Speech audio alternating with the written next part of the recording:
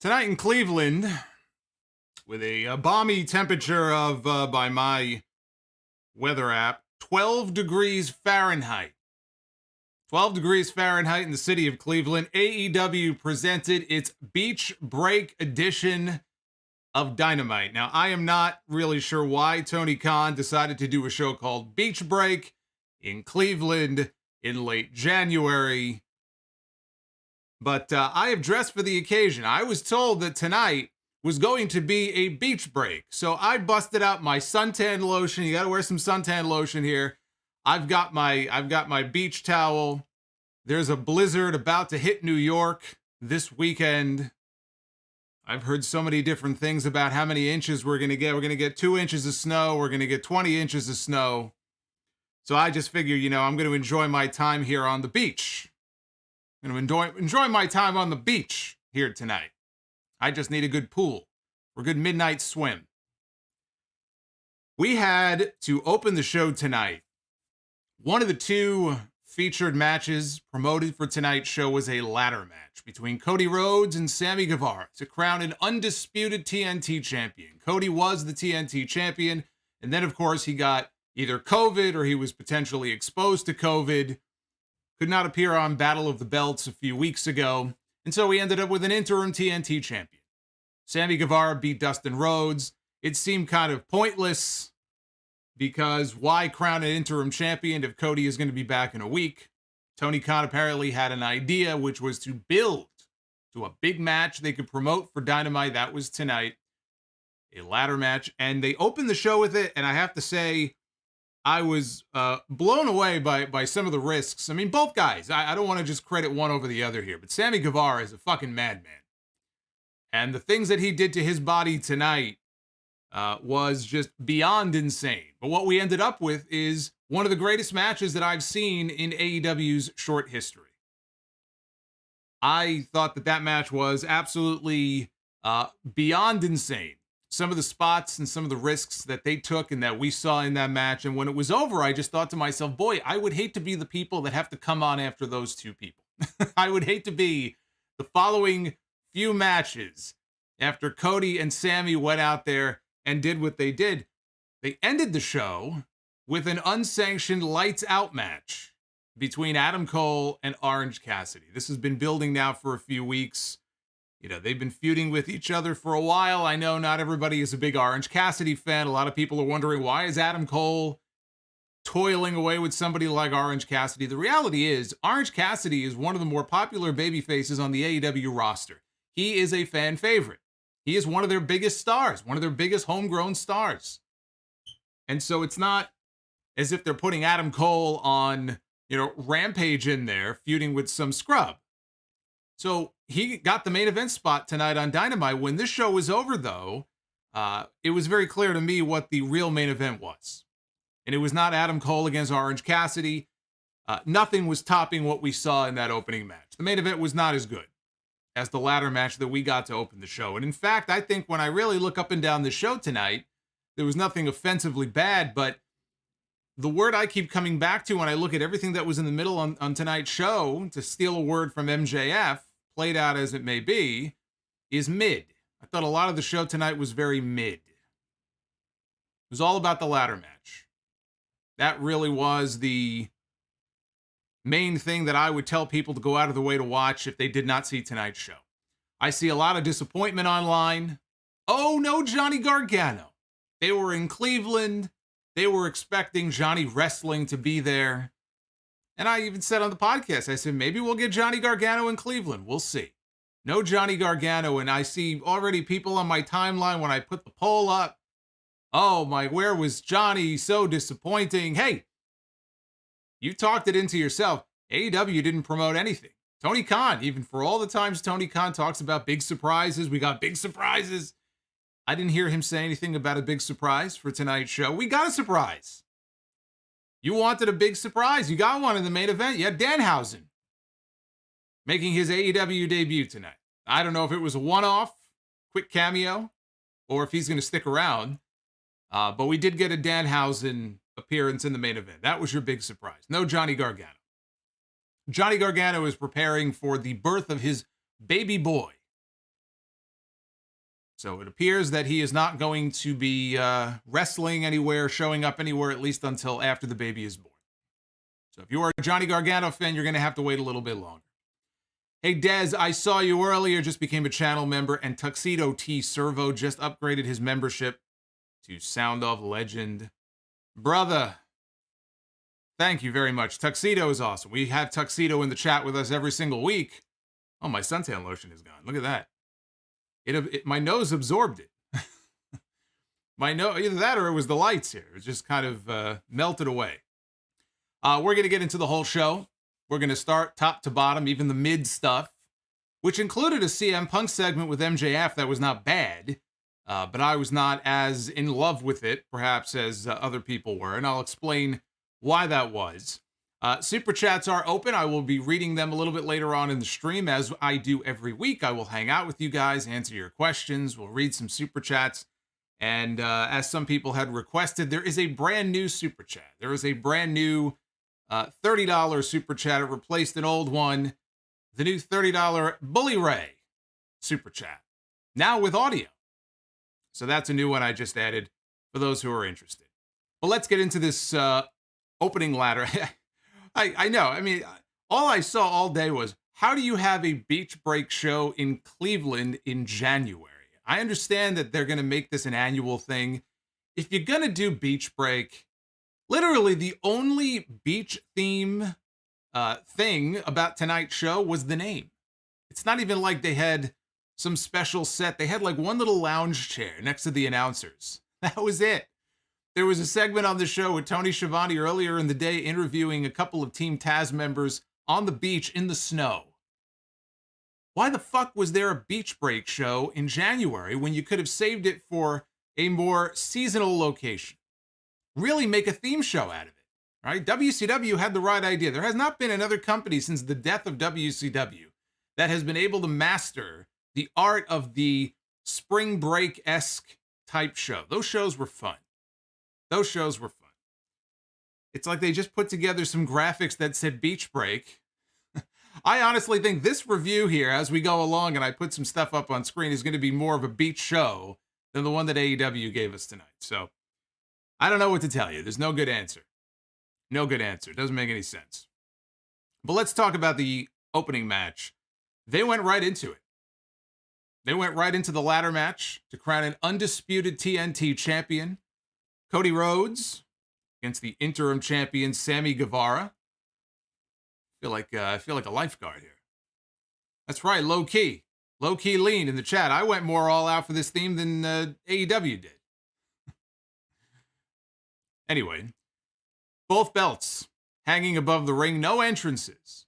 So Cody did not get his elaborate entrance. They just went right into the match. They immediately brawled into the crowd. Cody clotheslined Sammy hard over the barricade back to the ringside area. And Cody is so proud of himself that he starts high-fiving fans in the crowd. He turns his back. He's high-fiving this guy. He's high-fiving that guy. And as he's doing this, what he doesn't see, because his back is turned, is that Sammy Guevara is now coming back at him, flying over the guardrail. And as he soars towards Cody, he catches him for a cutter on the floor. Now, he was trying to give him a cutter, and he kind of did. I mean, he didn't really, as Jim Ross even pointed out on commentary, he didn't really get all of it. So he kind of gave him a partial cutter. At that point, they showed Scorpio Sky sitting up in the upper deck somewhere with Dan Lambert. We didn't see them again. We didn't hear from them again. There was no big segment with Dan Lambert this week, which was probably good. But they were there. They were watching, because Scorpio Sky should be next in line for a shot at the TNT title. Cody hit Sammy with a superplex. This again, we're going to go from spot to spot here. And it just, with increasing levels of danger and absurdity, were the high spots in this match. It's hard to do a ladder match today. I mean, it's hard to do a ladder match if what you are trying to do is come up with some innovative spots that people haven't seen before to kind of wow them, and you're trying to increase the level of danger. You're trying to find unique ways to use the ladder, maybe ways that people haven't seen before. It's hard to do. It's not hard to do a ladder match, though. You can do a basic ladder match like Shawn Michaels and Razor Ramon did back in 1994. Is the crowd, when it's over, going to look at that and say, oh, what a great ladder match, right? They've been so spoiled by all of these ridiculous high spots and multiple ladders and plunder and everything else. So you could do a ladder match like that, but we don't really get ladder matches like that anymore. So what do? They keep upping the ante. And one of the things I think that made this match worked, there were no less than 3 or 4 different spots in this match that I don't think I've ever seen before in a ladder match. That's not an easy thing to do. Try to come up with spots that haven't been done to death in the past. So one of the reasons I like this match was we got a lot of unique shit here. Well, one of the cooler spots was Cody delivering a delayed superplex to Sammy Guevara off the top of a very tall ladder. They got some hang time on this suplex. And when you're doing a move like that, you look at it in a kayfabe way. I mean, who's really getting the worst of it? I would almost think that Cody, the one delivering the move, he got it as bad, if not worse, than Sammy did. But they fell from a very long distance and came crashing down to the mat. Then we headed into the first picture-in-picture break of the show. When they came back, Cody had the ladder set up inverted in the ring. So he had the ladder upside down, and the ladder was open. Okay, it was open in the shape of a V. And he slammed Sammy abdomen first across the metal beams. Again, a very basic spot, but I don't recall seeing that done before in a ladder match. I'm sure somewhere it's been done on an independent show maybe, or an Impact pay-per-view that, very few people probably saw. But that looked painful. So I like that spot. Cody applied a figure 4 to Sammy with his legs through the rungs of the ladder. Trying to take his legs out. Smart strategy in a ladder match. That way Sammy can't climb. Sammy, though, made a comeback, and he went for a springboard move from the apron. Cody, though, threw the ladder at him. So before he could even hit whatever it was that he was trying to go for, maybe another cutter, Cody threw the ladder at him, and down went Sammy. We had 2 ladders set up in the ring. Cody starts climbing one of the ladders. He begins his ascent up one of the ladders. Sammy Guevara climbed to the top rope in the corner. The other ladder was positioned right in the corner. And Sammy is climbing. And this is the spot that I made reference to a little bit earlier. This is a spot that is going to be, and if it isn't, then these people don't know what they're doing. This is a spot that should be replayed over and over in highlight packages for years to come in AEW. Sammy climbs to the top. He sees Cody on the other ladder, and he's trying to figure out, okay, how do I stop this guy? What do I do? He propels himself up onto the very top of the ladder in one fluid motion. He propels himself, he lands on top of the ladder, and then as quickly as he lands on top of the ladder, he jumps off, he comes soaring through midair, and he catches Cody, who is on the other ladder. He grabs him for a cutter and takes him all the way down to the mat. I don't know how tall that ladder was. If it was a legit 15 feet, it was probably in that 12 to 15 foot range. It was a long way down, but it looked fucking amazing. It's hard to pull off a move as cleanly as he did when you're that high up. You only have so much control over your body and how you're going to land. I mean, there's such a small margin for error in these things. This thing was fucking perfect. He could not have nailed this any better. If this is not in the open of the show starting next week, then they need to get rid of their director and find somebody new. This spot was unbelievable. Unbelievable. This was the spot of the match. This was the moment of the night on this show. I AEW put it up on their Twitter. I retweeted it. If you didn't see the show, it's a 20-second video. You'll see what I'm talking about. Just an amazing spot. Then we had both ladders set up side by side, and both men were about halfway up, Cody on one, Sammy on the other, in the middle, right? So picture the 2 ladders. Cody is here, Sammy is here. Cody grabs Sammy, and gave him a twisting crossroad. Well, I guess all crossroads are twisting, but he gave him a crossroads off the ladder down to the mat. And Sammy took a hellacious bump. Sammy, when he takes these crossroads, he's taken them from Cody. He took it, I think, in the match with Dustin. Yeah, he puts a little something extra on it, and it looks like he spikes himself right on his head. So now imagine him coming off the ladder, taking that kind of bump. You got to be careful you don't break your fucking neck. So he took a hellacious bump on that. Cody then climbs one of the ladders. Sammy comes back. He somehow manages to come back here. I guess if you were looking for Sammy Guevara to do a lot of selling in this match, maybe you were, you might have been a little disappointed. I wouldn't say that he was a master seller in this match. But then again, how many people are watching ladder matches these days expecting there to be, proper sell? I mean, think about it. Think about the abuse that these guys are taking, right, in kayfabe, in these ladder matches. This guy had his legs wrapped in the ladder when Cody put the figure 4 on him. And 2 minutes later, he's climbing the ladder and he's jumping around like it's nobody's business. I mean, it's just, I can't excuse it, but it's just sort of everybody does it. And you just kind of have to turn your brain off. Sometimes it's a little more egregious than other times. I do appreciate the people who will remember that their arm or their leg was being worked over. And then every now and then they'll do a little limp. They'll do a little sell job. Wouldn't say Sammy was selling great in this, man. How much of it would have been selling anyway? The fucking abuse this guy was taking? I'm not so sure he had to sell. He's going to be feeling this in the morning. He's probably feeling it right now. I guarantee it. I'm feeling a little drafty in here. I'm ready to jump in the pool. I'm going to be jumping in the pool here in a minute. So Cody is climbing. Sammy comes back, and he climbs onto Cody's back. He's like a child, clinging to his father as his father is climbing up the side of the mountain. And he won't let go. And Cody reaches up. Remember, they have 2 belts hanging from this apparatus that's, and WWE does this. When they did, remember the match with Orton and Cena? When they had that unification match, I think it was at TLC all those years ago. They have that kind of golden structure or whatever that the belts hang from. So Cody grabs onto the structure. He grabs onto the hardware. And he's trying to pull and he can't. And all of a sudden, both guys, they come off the ladder. Now they're just hanging. And the referee, Paul Turner, he moves the ladder out of the way. So now they're just hanging there. Sammy is the first one to fall. He takes a spill. He falls down. Cody is trying now. He's hanging, but he can't pull the belts down.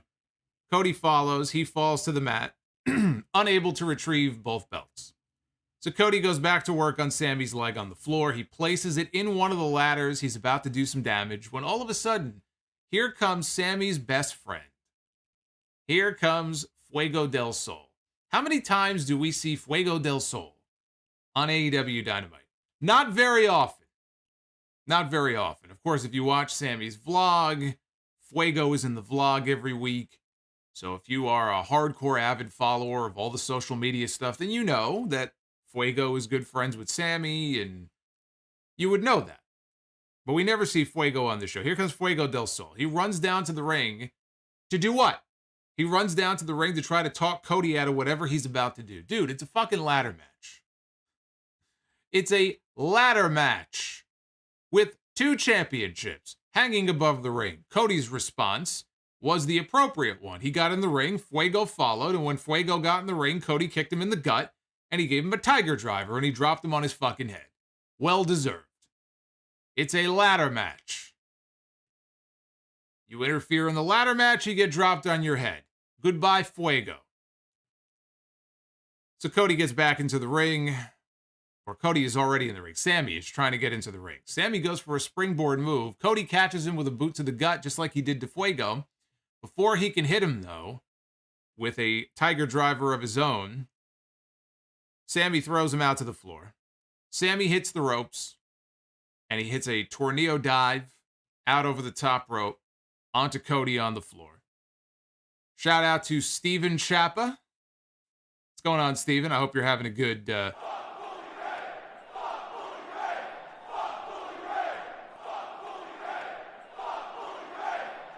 There's the Bully Ray. There he is. Bully the Clown. You asked for it. You asked for it. You got it. Your $30 Bully the Clown super chat. Thank you, Steven. So after hitting the tornillo, Sammy picks up Cody and he hits the GTH, the go to hell. And when he hit this move, you can hear the smack of the knee right against the side of Cody's head. Made a loud noise. So Sammy takes Cody's prone body and lays it across the ladder bridge. There was a ladder bridge that was set up outside earlier in the match. And he lays Cody across the ladder bridge. He climbs a taller ladder. So you know what's coming, right? What kind of dive is Sammy going to do? Is he going to kill himself? That's really the only question. And Sammy climbs to the very top of the ladder, and he hits a senton down onto Cody, though the ladder did not break.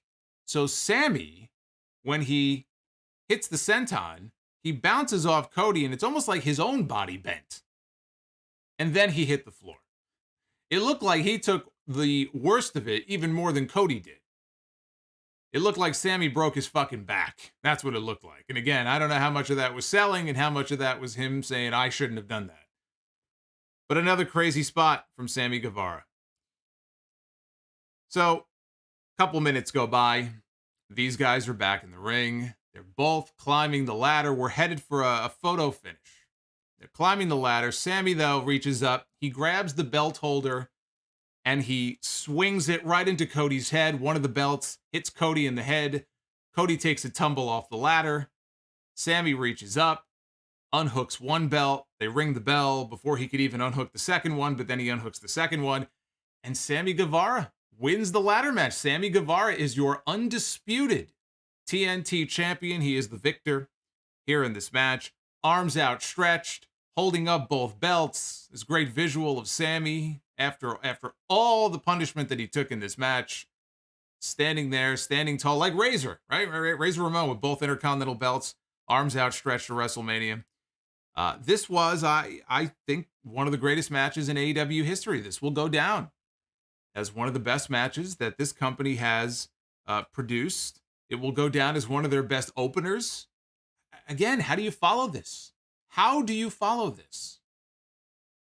How do you come back after a match like this and expect to keep the crowd when they have seen everything that they saw here in this match?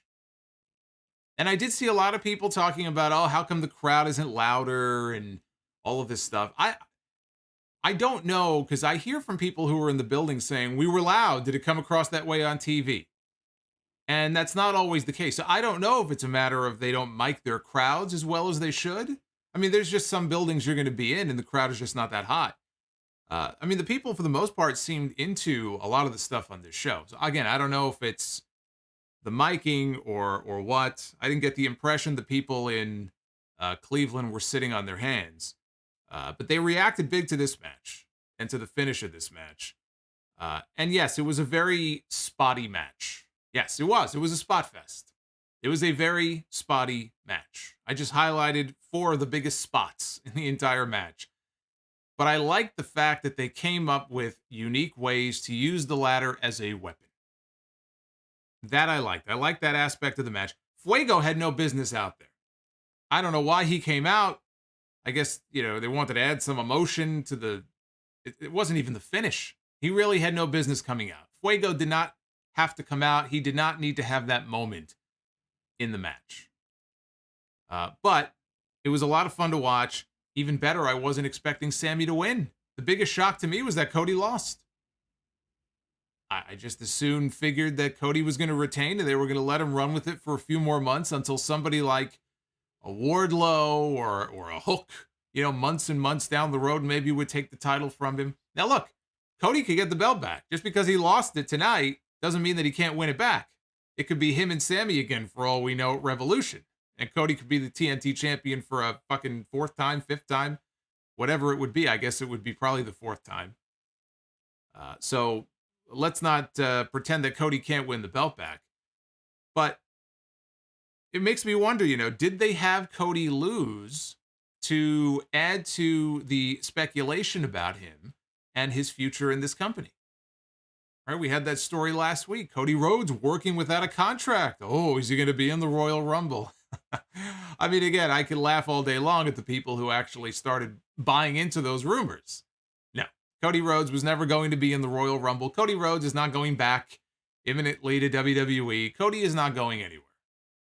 Whether he has signed a new contract already and we just don't know, or he will sign a new contract, Cody is staying right where he is. Plain and simple. So there really is not a lot of drama from where I sit. But now that he's free of the TNT title, maybe they milk this and they say, oh, Cody's got no contract and he just lost the belt. Oh, maybe he is going to leave. Question is, how many people are going to buy into that? Because I'm not one of them. And you shouldn't be either. But maybe that plays into why they took the title off him. Maybe they want to lean in a little bit more into these, into these rumors.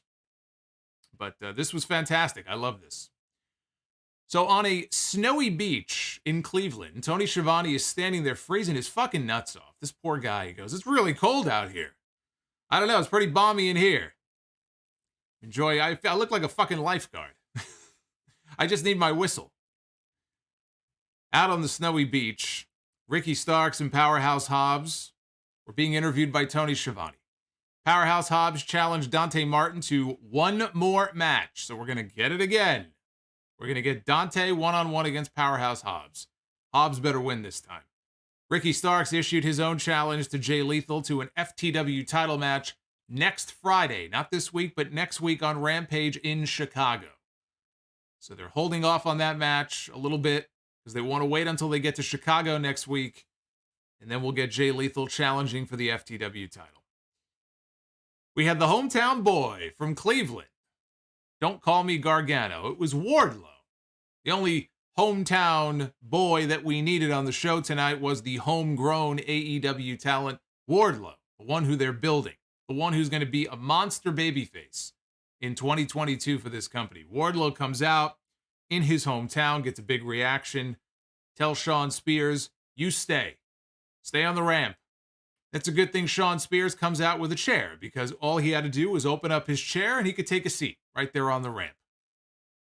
It was 2-on-1, Wardlow 1-on-2 against two men making their AEW debuts, Elijah Dean and James Alexander.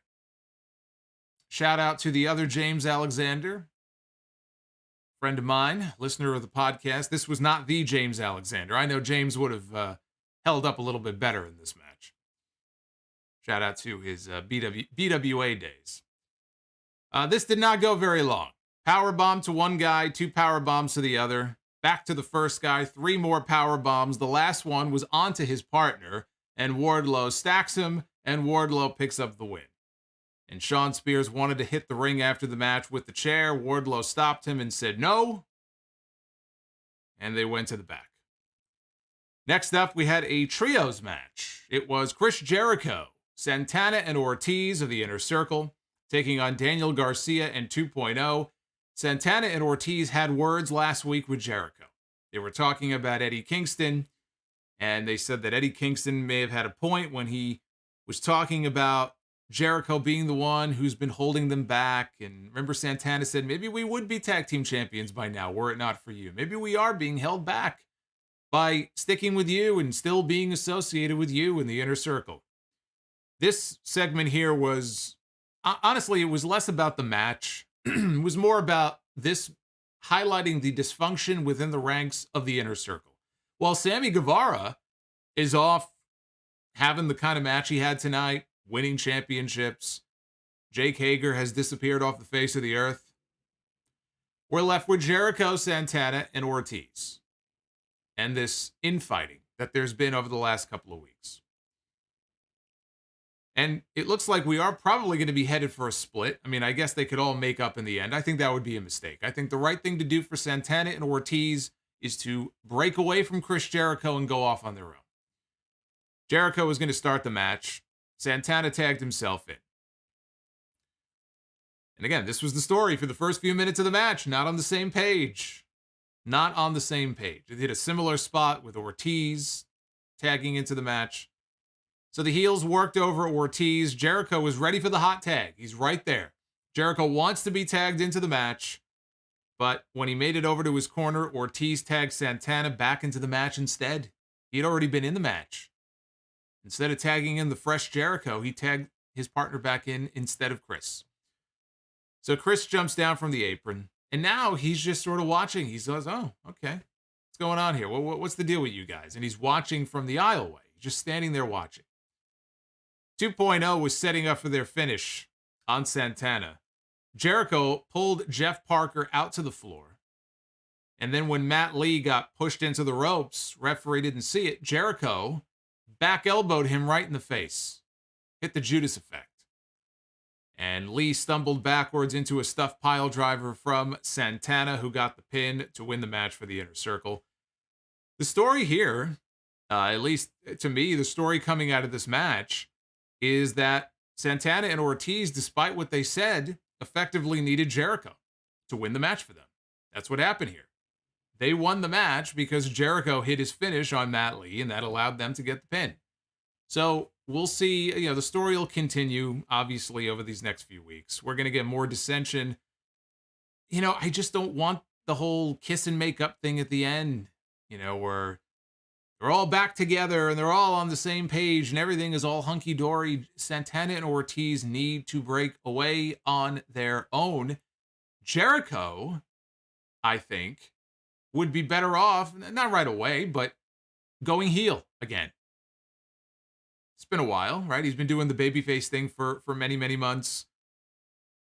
So I think looking ahead, as we get deeper into the spring and deeper into the year, I can see Jericho going heel again. Look, Jericho beat Hangman Page to win the championship. First ever AEW World Champion.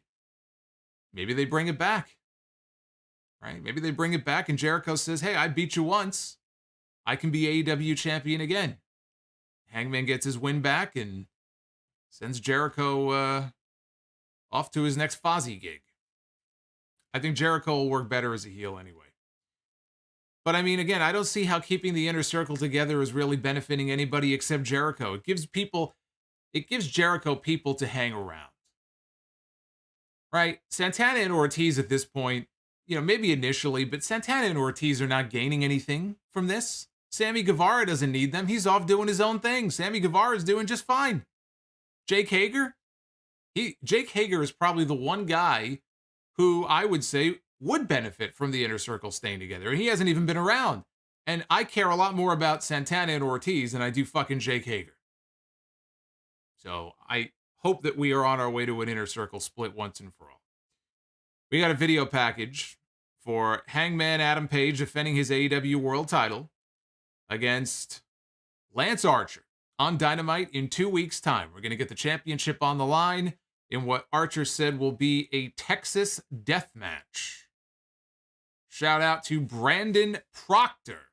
Just became a Sound Off legend. I got an announcement for our channel members, by the way, in a little bit. We're going to be going live tomorrow night. I'll tell you more in a little bit.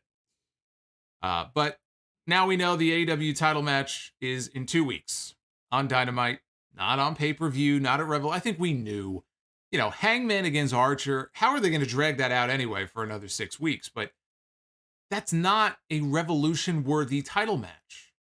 It's just not. So it's smarter to use it to pop a number.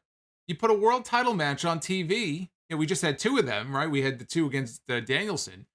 And Danielson was not on the show tonight. No Moxley on the show tonight. We know Moxley will be on Rampage Friday, so maybe we'll get another appearance from Danielson as well.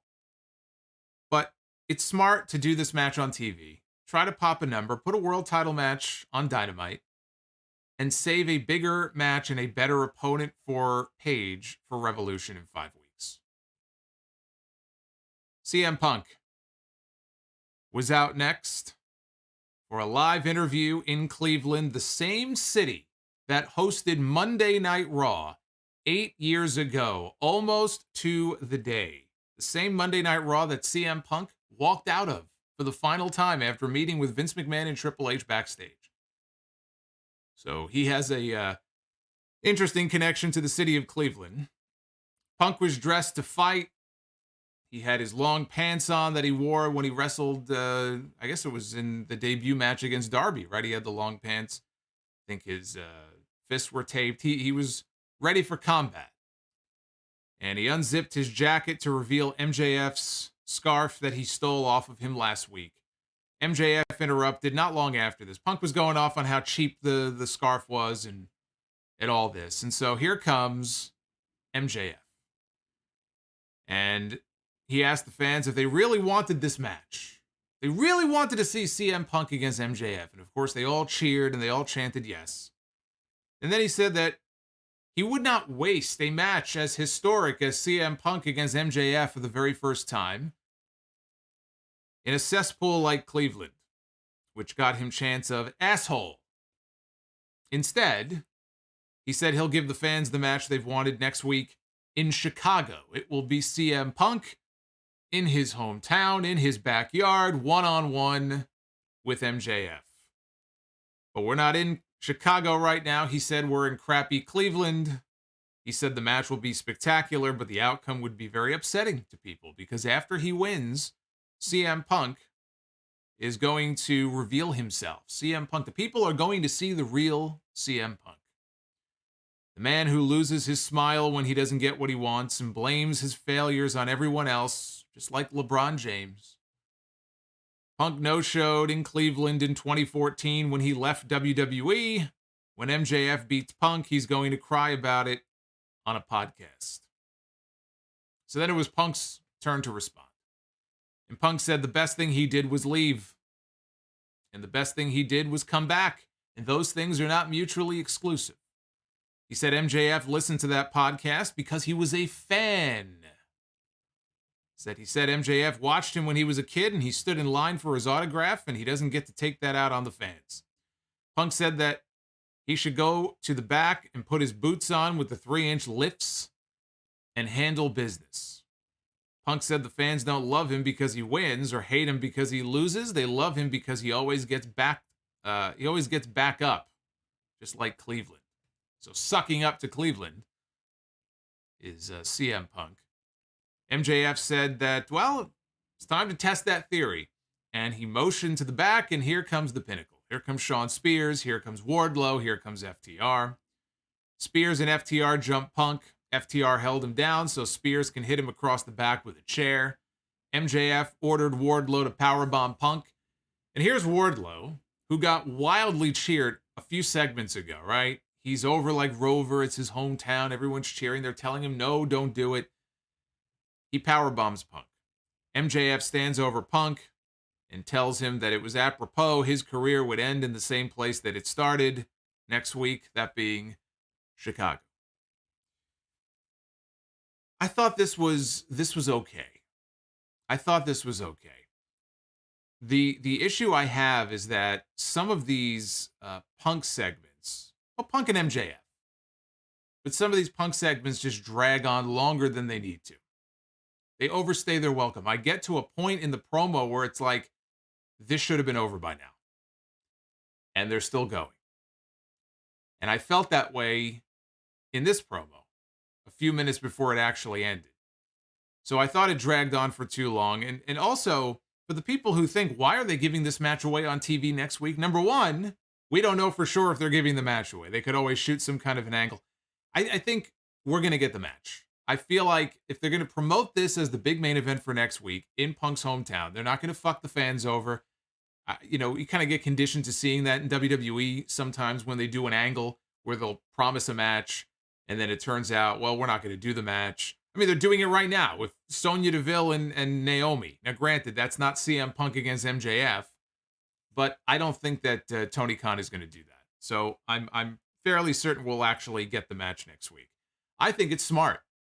I think it's smart to do the match on TV next week. I don't have an issue with it at all because I'm already feeling a little fatigued when it comes to these promos because we have reached the point where they're starting to sound very much alike.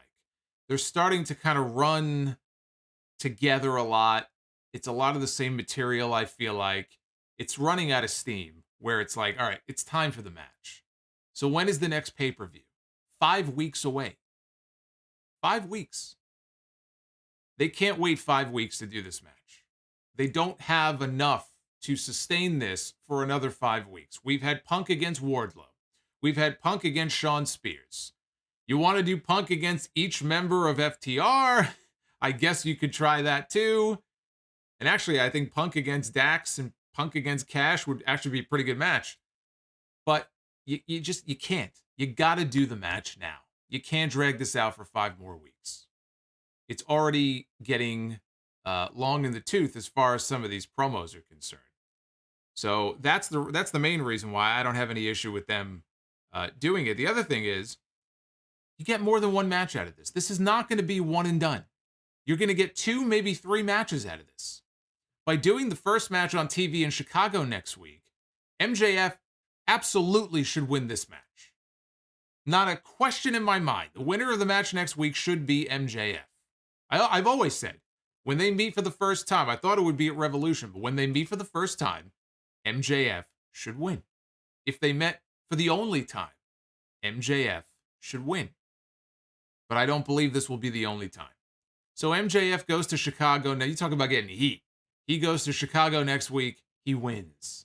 By nefarious means, but he wins. Then you run it back at Revolution. 4 weeks later, on the pay-per-view, you run it back as one of the co-main events. Because you can get at least 3 big matches out of that Revolution show. You have Hangman defending his title. You do Bryan Danielson against Jon Moxley. And you do the rematch with CM Punk and MJF. And there it is. There's your top 3 right there. And as far as who goes over in that match, Punk goes over. Now they're 1-1. Now you can run it back for a 3rd match with some stipulation. Maybe that's where the split finally happens with Wardlow and MJF. Maybe they're saving it for that, at the very end of this feud. So if you're going to get a 2nd and maybe a 3rd match out of it, you got to get the first match done soon. So I think it's perfectly fine for them to headline Dynamite with it next week. And I think that show, numbers-wise, should do very well. I mean, if they don't pull at least 1 million for that show next week with this match that they've been promoting for weeks and weeks, first time ever, CM Punk in the main event, that would be very disappointing. We had Red Velvet against legit Leyla Hirsch. Speaking of disappointing, wasn't a fan of this match. I have said that I want to see more of Leyla Hirsch. She's very good. I'd like to see more of her on the main show. We got her tonight. This was not the best of what we can get from Leyla Hirsch. Velvet charged down to the ring right away, and they went at it before the bell. Velvet quickly went for the final slice. You see, because she's named after a cake. Get it? So she went for the final slice. Velvet delivered a knee lift and a cutter over the ropes. She went for the triangle, which is, I don't think, a move I've seen her try before. Leyla powered out, hit a buckle bomb, worked over Velvet's shoulder, going into the picture-in-picture. When they came back, Velvet hit a stunner off the middle rope, could not make the cover. She got a drop toe hold into the ropes and then drove the double knees, little Meteora action, into Layla's back. Hirsch responded with a forearm shot to the bad shoulder. Velvet landed a spear with her good shoulder and covered for 2. Leyla hit a powerbomb counter and then a knee strike, pulled her up and applied a submission hold. Velvet, though, got a rope break, and she pulled Leyla into an inside cradle. But then Hirsch rolled up Velvet with a handful of tights and got the pin. This finish looked very clunky. Otherwise, I thought the match on the whole was kind of disappointing. I want to see more Leyla Hirsch on this show. I've seen her have better matches than this. Not a lot of enthusiasm either. And I think, again, part of it is, again, the fact that these people were following what we saw in that opening match, and they were following a CM Punk MJF segment. But these are not 2 women that you see on Dynamite very often. It's very rare to see Red Velvet. It's even more rare to see Leyla Hirsch on this show. You might see them on Rampage occasionally. You probably see them on Dark every week. But not everybody is watching Dark. So these are not 2 women. And even their storyline, where they were partners a few weeks ago. I think it was on Rampage. And then there was a disagreement, and last week there was a quick backstage segment where Leyla kind of turned heel, and I don't know, it's not a lot of meat there to this story. And unless they went out there and lit the world on fire in the ring, which they didn't, it's hard to get into it. So not a lot of enthusiasm for this, but I have seen Leyla Hirsch have better matches, and hopefully they will give her more camera time on the show. What happened after the match was she put an armbar on Red Velvet.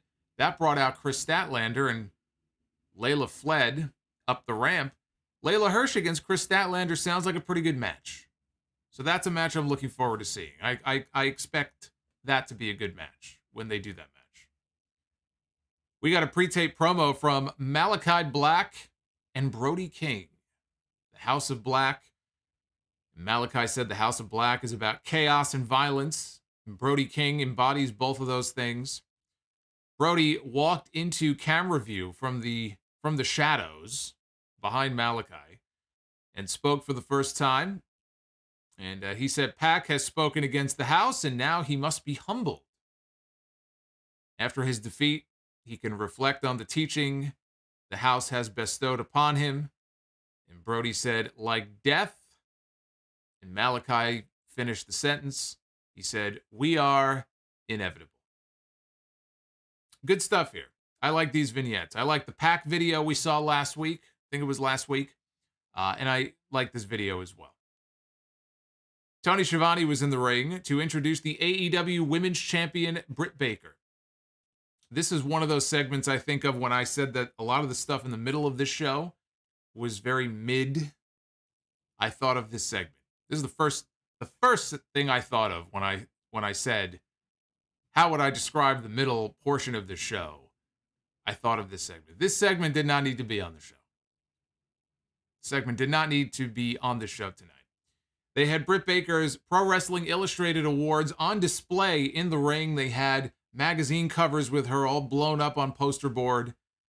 She made her way out, and she talked about she basically put herself over. She talked about her 9 straight victories since winning the AEW Women's title. That number was special to her and to Cleveland because it's the number of times that Baker Mayfield was sacked in Pittsburgh. So going for the cheap sports heat again. If you don't follow, you don't know who Baker Mayfield is, I don't think this segment did much for you because she went back to the whole Baker Mayfield thing again. I mean, she had a good burn here at the end, I will say. She said it was time to talk about a Baker that can actually win shit. She said she was the first woman signed to AEW, the first woman to main event Dynamite. She talked more trash about Mayfield and told Cleveland they finally had a Baker that they can count on.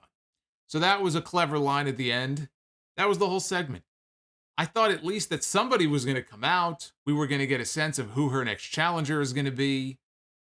Maybe she would have had Rebel and Jamie Hayter with her, and there would have been some more subtle tension hinted at with her and Hayter, something. This segment was completely pointless. This had no business being on the show. I don't know why they felt they had to dedicate a segment to this. This was a waste of time. Speaking of waste of time, Vicky Guerrero came out and shrieked. Been a while since I've heard a Vicky shriek. Can't say that I miss it. But here comes Vicky Guerrero out with Nyla Rose, who was not in a good mood. She blamed Ruby Soho for why she is not the TBS champion right now, and issued a challenge to Ruby for a match next week. That was it. I'm sure the match is going to be made official at some point. The main event of this show was the unsanctioned lights out match between Adam Cole and Orange Cassidy. The first lights out match here on Dynamite since Britt Baker and Thunder Rosa almost a year ago. Somebody in the chat, Bash, is that Bash? Wanted to know where is Miro. Miro is nursing a leg injury of some kind. I don't believe it's overly serious. It's not like he's going to be out for months and months, but he is recovering from a minor leg injury. He should be back very soon. So we got no bullshit from Orange Cassidy at the start. We didn't get the whole hands in the pockets. We didn't get the weak shin kicks. He came out. He took his glasses off and just, crumpled them and threw them away. And they went right at it, trading right hands at a normal speed. Quickly, the match ended up outside the ring. Cassidy hit a shotgun drop kick on the floor. That sent Cole soaring backwards into the guardrail. Cole came right back. He whipped Cassidy into the guardrail, dropped him across the top of its spine first. So Cole went for a chair. He went to go Bobby Fish a chair out from under the ring. And he grabs it. And as he's pulling the chair out, there is someone attached to it. And who does he pull out from under the ring but Danhausen? His very first appearance on AEW television. Danhausen suffered a gruesome leg injury. Actually, he suffered a leg injury the same night. I believe it was the same show.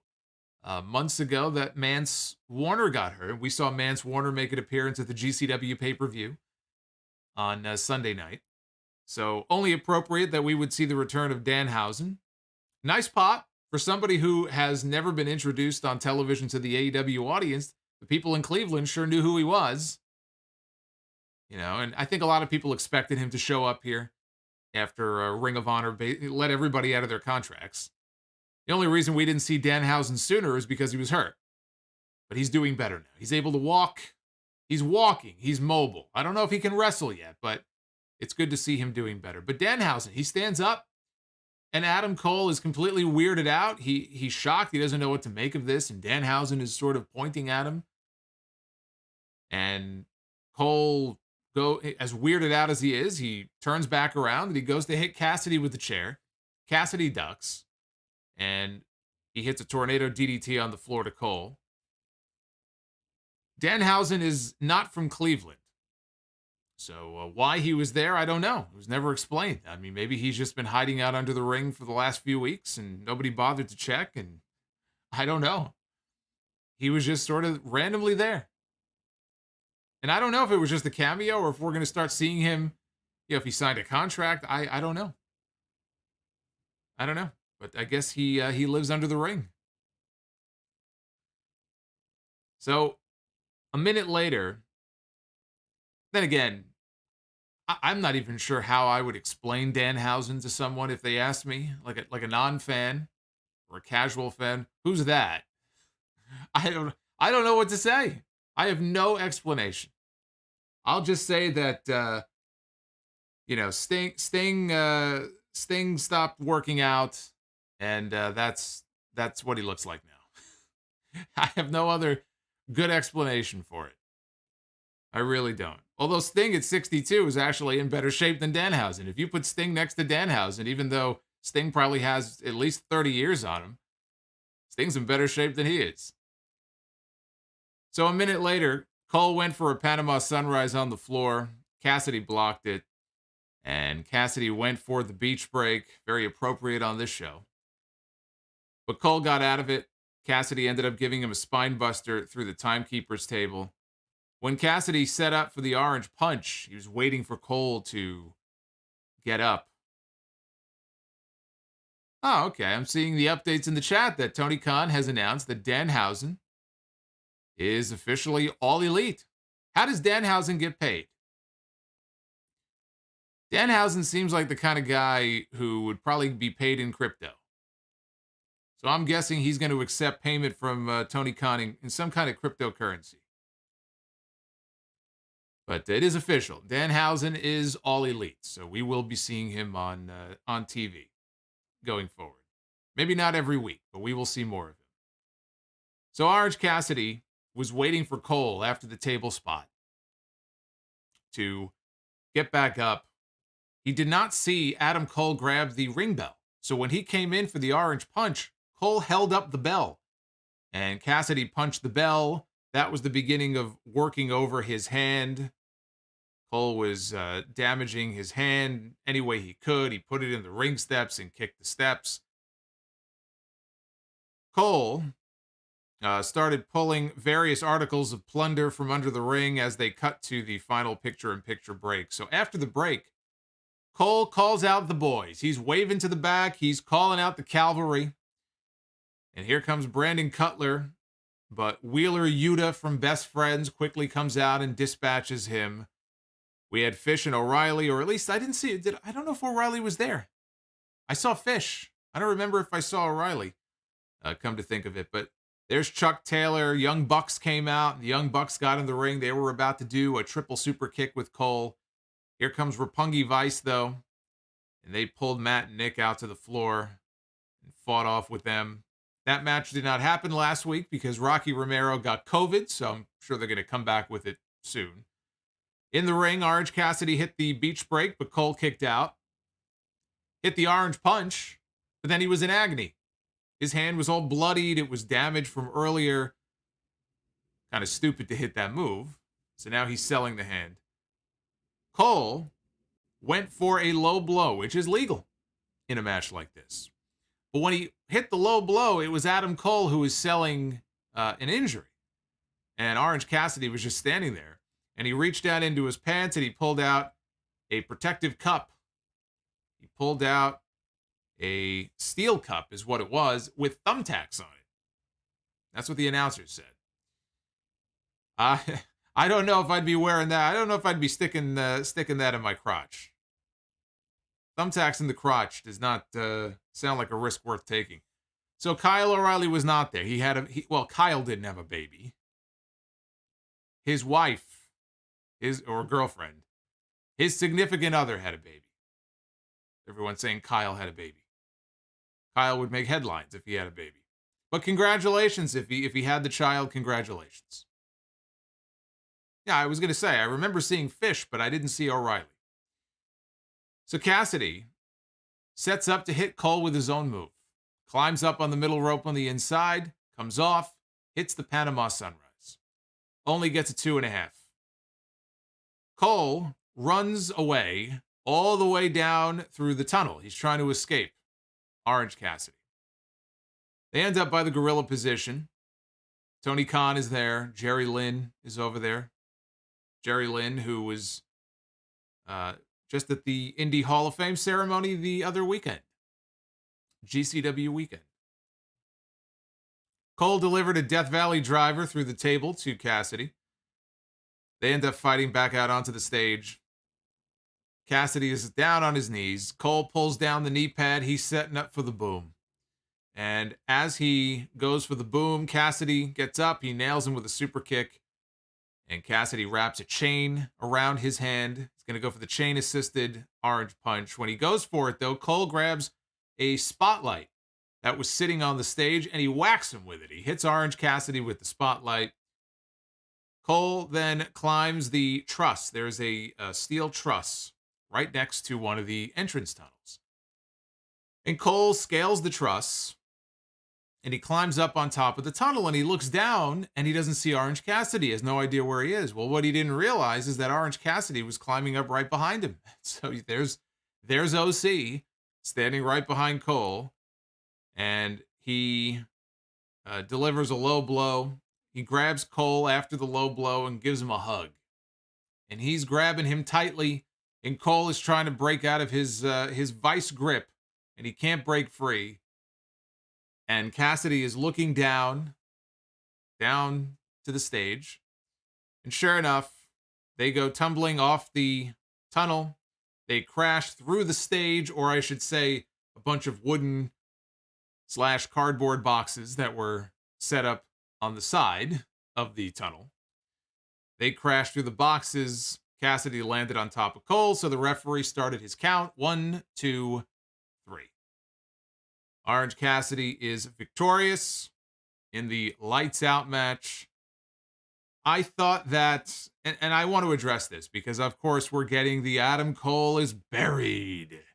Adam Cole, you see all that sand on the screen? We're going to dig a hole, and Adam Cole is going to be buried 6 feet under. Adam Cole is not buried. Adam Cole is not buried. Calm down. I thought the match was fine. I didn't think it was that great. I thought it was fine. They had a street fight. That's what it was. They had a street fight. It was fine. I was not a fan of that finish. I just feel like I've seen this finish a whole bunch of times. I will say, the landing looked better than the Jericho landing in the Blood and Guts match last year. Well, I'm sure Jericho would be very upset to hear that. But I was not a fan of the finish. I enjoyed the last Lights Out match a lot more than I did this one. For a street fight, though, I thought it was good. Keep in mind, though, and this goes to the point about Cole not being buried. Yeah, they talk about the rankings a lot, who's ranking where and who's going to be in contention for what championship. Coming into this match, Adam Cole, he tweeted about this the other day. Adam Cole talked about the fact that I'm undefeated in AEW. And when I'm done with Orange Cassidy, I'm moving on to bigger and better things. Well, in a lights out, unsanctioned match, a loss doesn't count. Wins and losses don't count in matches like this. So yes, we saw him get pinned on TV. I mean, he didn't get pinned in the ring in a regular match, but he got pinned, but it doesn't count. Think about the last lights out match that we saw. Britt Baker and Thunder Rosa. Britt Baker lost that match, but it was the match that made her. It's the match that elevated her from whatever level she was at to the level she's at right now. She lost that match, and within a few months, she was the women's champion, not Thunder Rosa. Thunder Rosa has not sniffed gold yet. In this company. Britt Baker lost that match, and 3 months later went on to win the championship and has held on to that championship to this very day. And is as big of a star now as she's ever been at any other point during her career. That loss did not impact her. That loss actually benefited. Now, that was a different type of match. I mean, that was like the performance of a lifetime. And the visual of her with the crimson mask and everything. Adam Cole, this was just another Adam Cole match. I've seen Adam Cole have 1,000 fucking matches better than the one we saw tonight. But in terms of him losing, it is not the end of Adam Cole in AEW. In fact, I still say, I believe, once Hangman beats Lance Archer, if that is one and done and he moves on after Archer, the title match of Revolution should be Hangman Page defending against Adam Cole. Even though he got pinned by Orange Cassidy on the show, he is still primed to be in contention for the championship. He's still technically undefeated in this company. And he lost tonight. I don't see him losing again for a while. I still think you could do Hangman and Cole at Revolution. That should be your title match. That's the match to build to. And then, however that match turns out, coming out of that, we'll see when Kenny Omega returns, when he's ready to come back to TV. Then you can begin the build to O'Reilly, Fish, Cole, Omega, and the Bucks. So he is not buried. He is not dead. He is not done. He's going to be just fine. I mean, I see all of this hyperbole after this win. Oh my God, I can't believe what they did to Adam Cole. Oh my God. Adam Cole is going to be just fine. Beach Break Championship Friday is what they are calling Rampage this week. Jon Moxley one-on-one against Anthony Bowens of the Acclaimed. We're getting FTR against Brock Anderson and Lee Johnson, which was supposed to happen last week but got bumped because of COVID stuff. Julia Hart, the one-eyed woman, challenging Jade Cargill for the TBS Championship. Jungle Boy and Luchasaurus defend their AEW Tag Team titles against Private Party. Private Party, by the way, coming back to House of Glory, where they cut their teeth and really made a name for themselves. Back in House of Glory next month on February 12th. I look forward to seeing them back at the NYC Arena. Maybe when they show up, they'll have AEW Tag Team Gold with them. And then on Dynamite next Wednesday in Chicago, it is CM Punk against MJF. Pac is teaming with Penta to take on the House of Black, Malachi and Brody Lee. Brody King. And we'll see if they make the match official. Nyla Rose against Ruby Soho. So that is the lineup for next week. Before I get to the poll, I did say a little bit earlier that I was going to mention something for channel members. And I know we've had a few new channel members sign up tonight. So welcome. Welcome to the family. But tomorrow night, we are going to be doing episode 2 of Better Call Solomonster. Better Call Saul. Oh, look at this.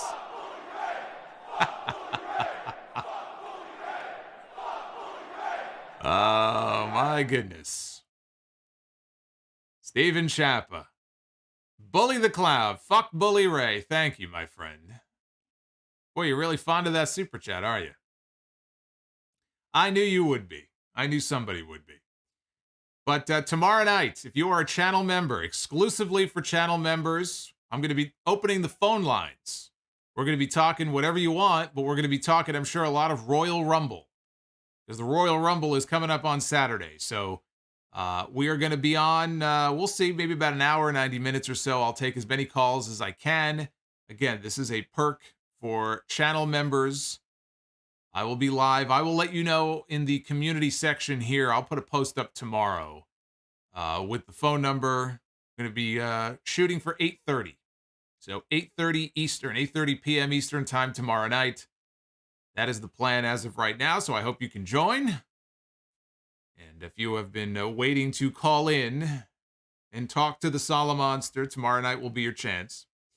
I mentioned House of Glory. I just wanted to mention this as well. Some people were asking me about this. The House of Glory, Who Runs the World Girl Show, is going to be hitting Fight TV finally, after a little bit of a delay. It is hitting Fight TV on Friday night, this Friday, 8 p.m. Eastern. The ordering page is up right now. It's $9.99 to purchase. I had the opportunity to call this show, along with JD from NY and Sam Laterna. Had a good time, and this was a fun show to call. This was a good one. So a lot of really great talent. You see some of them on your screen right now. Mercedes Martinez, who recently signed an AEW contract. Deonna Purrazzo, Jordan Grace, Santana Garrett, Sumi Sakai, Natalia Markova. The one-night-only women's tournament to crown a new House of Glory women's champion. So for those who are wondering, where is it? Where's the show? Because this one did not air live. It will be up on Fight TV Friday night. So that is where you will be able to see it. Now, let's see the poll results here. What did you think of AEW Dynamite Beach Break? 80% thumbs up, 11% thumbs in the middle, and 8% thumbs down, with a little over 1,100 votes in. So again, if you want to vote, at Solomonster on Twitter is the place to go. It is always the place to go. I encourage everybody to go and follow.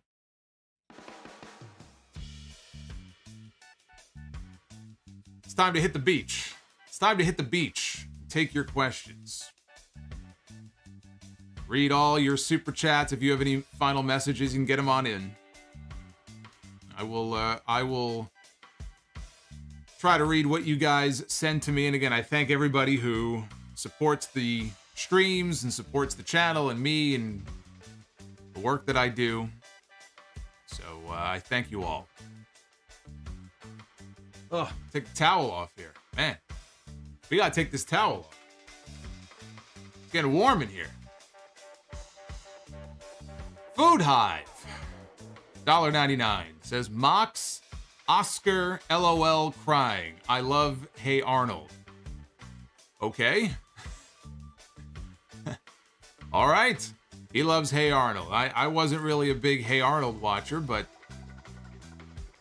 thank you, Food Hive. Yeah, that's right. CJ Rock, smash that like button. If you have not already done so, it does help out the streams when you hit the thumbs up. Paul Heyman. Isn't it eerie to think that 2 years ago today we lost a legend in Kobe Bryant, but also regained a legend in Edge within a few hours of each other? I have not thought about it like that. I actually did not realize that today was the Kobe Bryant anniversary. That's very shitty what happened there. Very shitty. The Mount Vernon Kid, the Alpha, with a $5 super chat. How are you doing, Solomonster? My question now was, what was the point of Cody winning the TNT Championship just to lose it back to Sammy?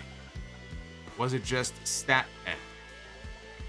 Yeah, I don't know if it was stat padding or just, Tony Khan wanted to book a big match for a Dynamite.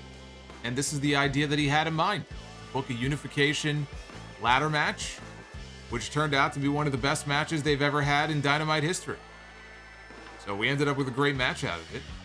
But again, I wonder if him dropping the title perhaps is going to feed into, if they play it up, this whole idea that Cody is not under contract. And I mean, we'll see how they play it on TV next week. Naif Alsafar, thank you for the $4.99, Naif. I hope you and Turkey are doing well. Anti-M Bishop 07, greetings. No Gargano tonight, but Danhausen is a good plus. Great show from top to bottom. All the best. Thank you, Anti-M Bishop. Appreciate it. Spaghetti. $1.99 super chat. Bryan against Moxley, submission match. Maybe the rematch. I don't think their first match needs a stipulation. But, you know, one has the Bulldog choke, the other has the S-lock, or I guess they don't call it the S-lock anymore. So I could see maybe a rematch being a submission match. I just don't know that their first match needs the stip. Steven Chappa says, with Solomonster wearing the AEW, well, it's a tank top. So he's for beach break. I'm sure people are already saying he's on the payroll again. Yes. Well, this goes back to the comment that I went off on the podcast on Sunday, where I actually got a tweet. This was the highlight of my week. I got a tweet from someone telling me that I am carrying water for WWE. I am a moron who carries water for WWE. And as I said on the podcast, I need somebody to tell me which day of the week I'm biased towards which company. I lose track of who I'm supposed to be biased towards on which day of the week. Because one day I'm biased towards WWE, the next day I'm biased towards AEW. One day I'm wearing an AEW branded shirt. Oh my God, he's wearing an AEW shirt. Forgetting the fact, of course, I think I wore an NWO shirt last week. There was another WWE shirt I wore, like an Eddie Guerrero shirt 2 weeks ago. We'll ignore that.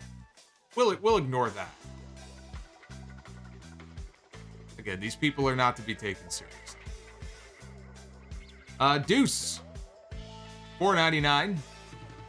What an absolute waste of a Britt Baker segment. Yet we can only have one women's match per episode for some reason. Fun show otherwise.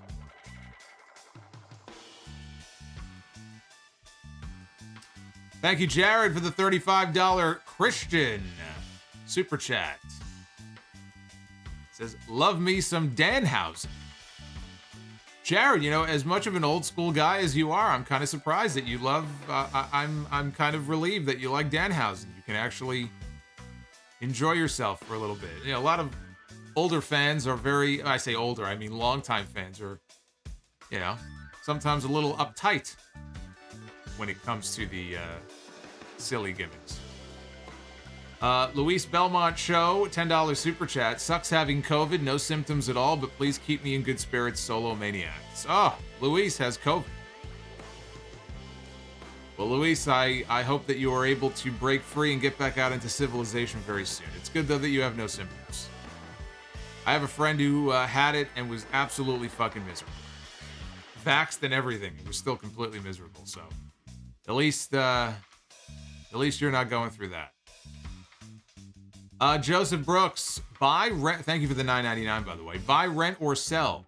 On these rare Bret Hart matches, we saw that you would have liked to have seen turned into a feud. Bret Hart against Mankind, Bret Hart against The Rock, or Bret Hart against Booker T in WCW. Bret Hart and The Rock. I think Bret and The Rock would have been, I mean, he was too young at that point, but like 98 Rock? 98 Rock against Bret Hart? Babyface Bret against heel Rock in 98, I think would have been fun. Rodimus Prime, $20 super chat. With Ring of Honor announcing their Hall of Fame, who do you think will be inducted? I was going to talk more about this on the podcast on Sunday. I have a few names in mind, but the one slam dunk must-have name, first ballot, first inductee, should be Samoa Joe. without question, Samoa Joe. Spaghetti 499 Super Chat. When all is said and done with Omega, will the Okada series be his magnum opus? I believe it already is. I think it will be. I think the answer is yes. Joseph Brooks, did you know that today is the 2-year anniversary of Kobe Bryant's death? Yes, I was just reminded of that. Do you remember where you were and your reaction when you got that news? I mean, I think that was the same day as the Royal Rumble. I was getting ready for the pay-per-view. I have a lot going on during the pay-per-view days. You know, Saturday is going to be another one of those days. I was probably, if it was that Sunday, then I was getting ready to watch the Rumble and then go live. So, you know, it was sad. I was following the news coverage, and then I kind of went on with my life because I had work to do. So that's what I remember.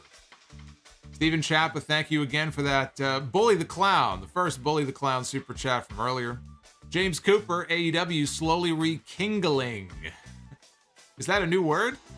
Rekindling? My love for wrestling. I know in the past the WWE product post-Attitude Era has not been as compelling. What are your thoughts on the Batista-Undertaker Edge feud from 2007 into 2008? Well, thank you, James. I know AEW is slowly rekindling your love for wrestling. I don't really have a lot of specific memories about the Batista-Undertaker Edge stuff. I mean, Undertaker and Edge, yeah, and obviously heading into their match at WrestleMania 24, I thought was pretty good. But there's a lot of stuff, honestly, from that time period, especially on the SmackDown side, that I don't remember too well. You know, it wasn't. It's kind of how I felt. You know, Hulkling 93, $10 super chat. The Cleveland crowd felt off. Also, the first time I've seen that upside down spot was Jeff Hardy against Edge ladder match from Extreme Rules 09. Always amazes me that Edge did not get impaled.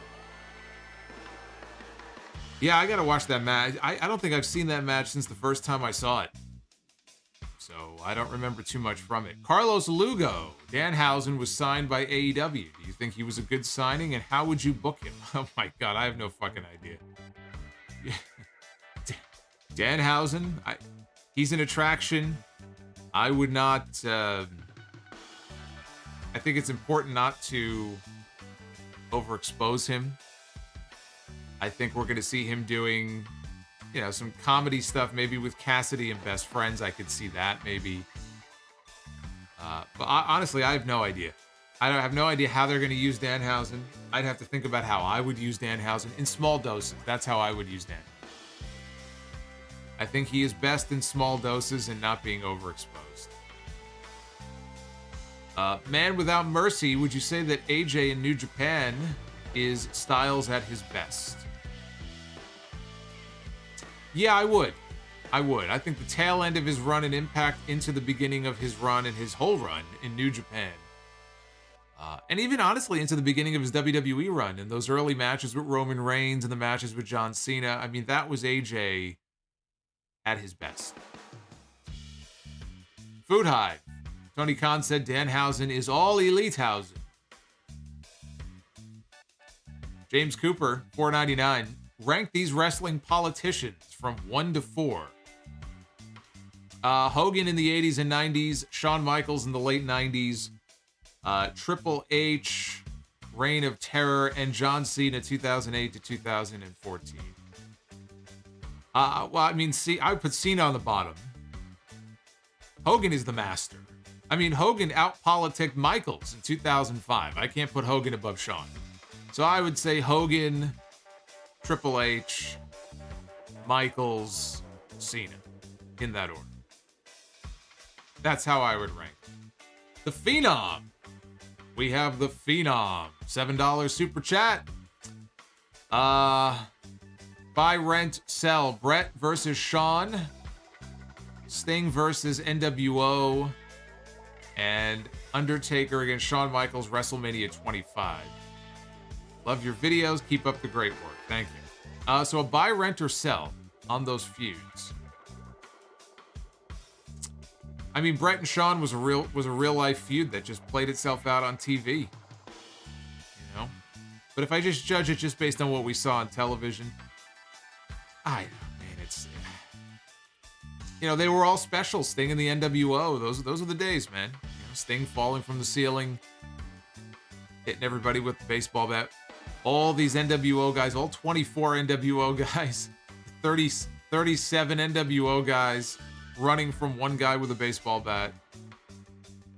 Ridiculous on its face, but boy, yeah, the fans ate it up back then. Hey, James Adams just became a Sound Off superstar. What's going on, James? You will be able to call in or at least tune in to our live call-in show, 8:30. Again, reminder, 8:30 tomorrow night. I'll put a post up reminding everybody about it tomorrow.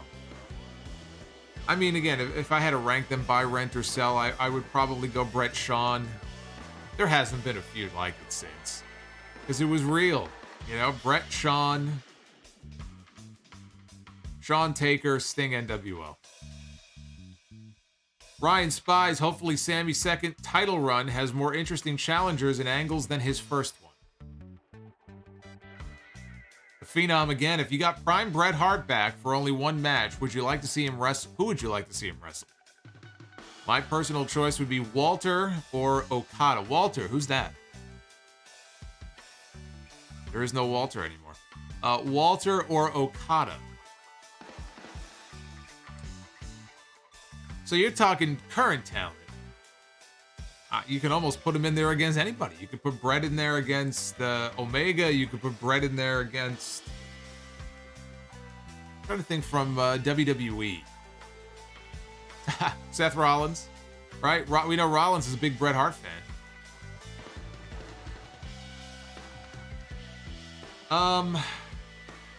Everybody. I'd want to see him in there against everybody. I think Bret and Omega would actually be a hell of a match.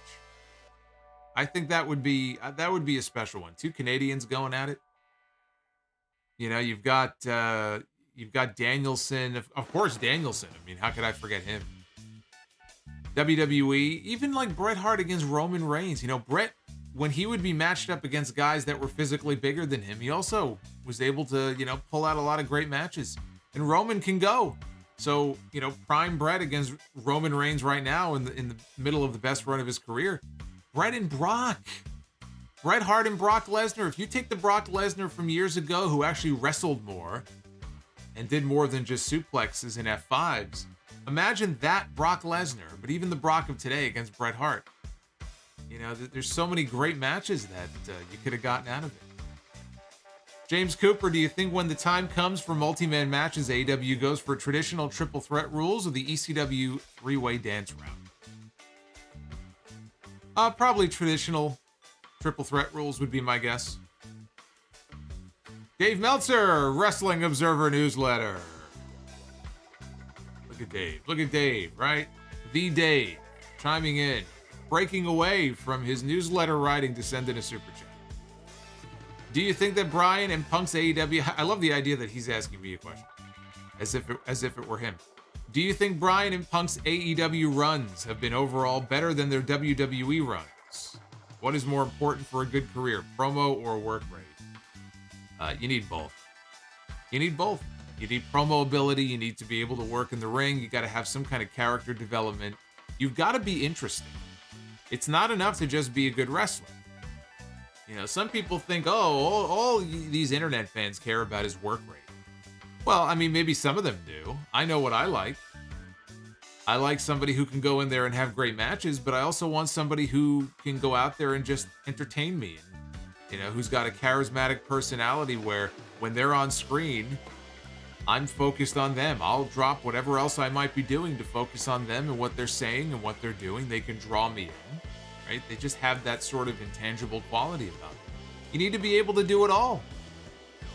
I don't think you should just be able to do one or the other. You should have the skill set to do both. But as far as Bryan and Punk and their runs in AEW, it's almost a silly question to me. The answer is no. They haven't been there long enough. I'm not willing to sit here and say that Punk's had a better AEW run. What has he done? He's done nothing so far. CM Punk he's only scratching the surface of what he can do. MJF is the first real big feud. I mean, he had the little one with Eddie Kingston, but he's just getting started. Danielson, same thing. He's had some great matches. I can't sit here and tell you his run in AEW is better than his run in WWE. I mean, that's preposterous. Mr. Andrew sent a $4.99 super chat. How many MJF programs result in the babyface having to go through people to get MJF? Do you think there are different types of heat, or is a reaction a reaction? Well, I mean, you want to ask about heat, you should be talking to Bully the Clown. No, I mean, look, there are different levels of heel heat. There's different types of heels, right? There's chicken shit heels who run away and people just, they want to boo them and pay money to see them get their ass handed to them. But then you have other heels who aren't necessarily chicken shit heels who run away. They could be dominant heels. They could be the kind of heel who, everything they say is the truth. And sometimes the truth hurts and it gets under people's skin. Maybe they, cheat in their matches. Maybe they just go out there and get cheap heat. And they just heel on sports teams and don't do much else. I mean, there's a lot of ways to get heat. There's good heat. There's bad heat. Good heat is, when you get a crowd to boo you, but they want to tune in or they want to pay, whether it's a pay-per-view or a ticket or whatever, because you're on the card. And whoever it is that you're facing, whoever it is that you're challenging, people want to see you go in there and lose. They want to see you get your mouth stapled shut. MJF has that kind of heat. Legitimate heat. When he comes out, he is showered in boos by people who hate his fucking guts. Because the guy gets it. He understands. He lives it. He lives the gimmick. He's committed to it. I don't think we have enough people, frankly, who are committed to being a heel, but maybe that's just me. Mr. Andrew, how many MJ... Oh, we just read that one. Thank you, Mr. Andrew. J. Baker, no relation to Britt. Funny that Beth Phoenix is buffer than Adam Cole. She is stronger than Adam Cole. Food Hive. Looks like I just got out of the shower. Oh, with my towel? Is that what you're talking about? With the beach towel?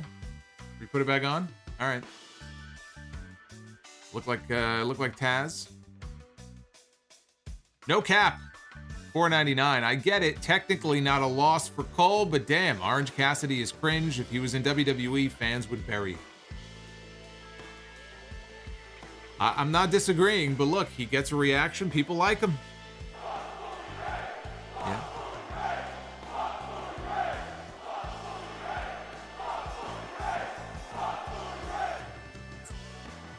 JM coming in hot with the Bully the Clown super chat. I think comedy gimmicks have a short shelf life. Orange Cassidy's gimmick has definitely hit its shelf life with me. Do you think Danhausen may be replacing Orange as sort of the feature comic relief for AEW? No.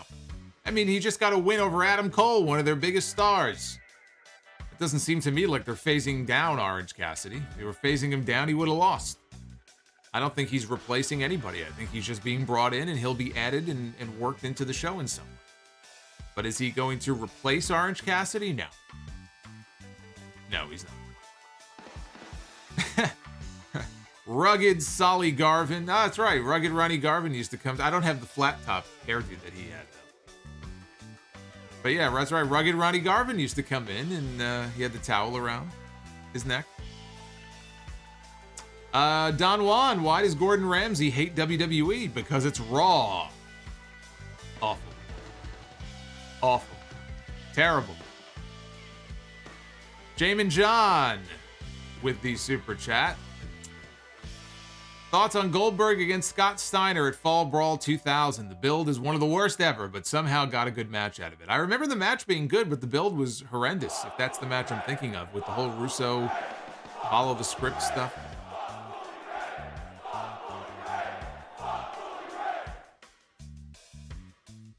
JM had no idea that super chat did that. Completely unintentional.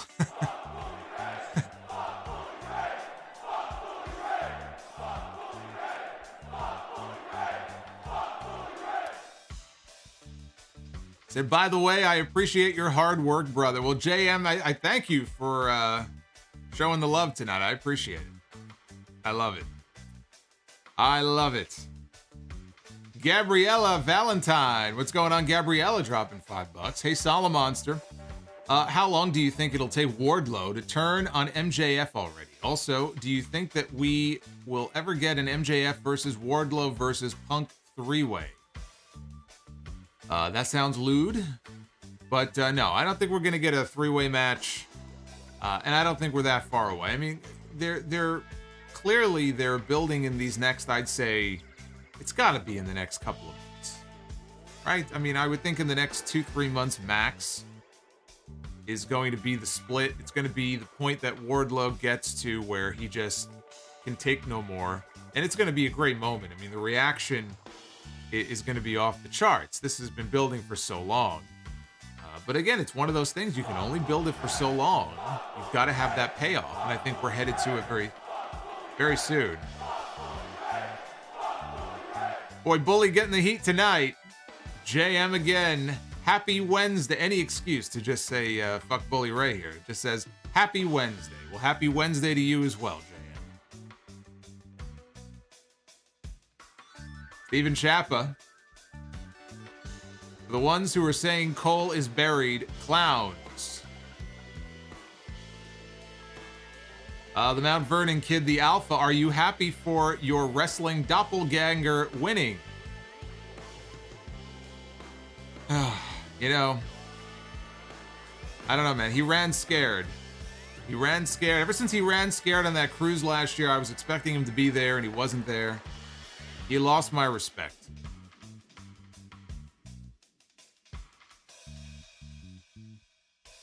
Let's see. We got Amiibo. What's going on, Amiibo? Says Jericho needs to turn heel on Inner Circle so they can go their separate ways. Build a title match between Paige and Jericho where Paige can get his way. I just talked about that. I agree. I agree 100%. I think Jericho ultimately should go back to being a heel, and you can do the match with Hangman, and Hangman gets a win over Jericho, and then Jericho can kind of, you know, fade off. Oh my God. Somebody asked me about heat before. I think Bully Ray has heat with JM. He's got some mega heat with him. Angelo Bellotta.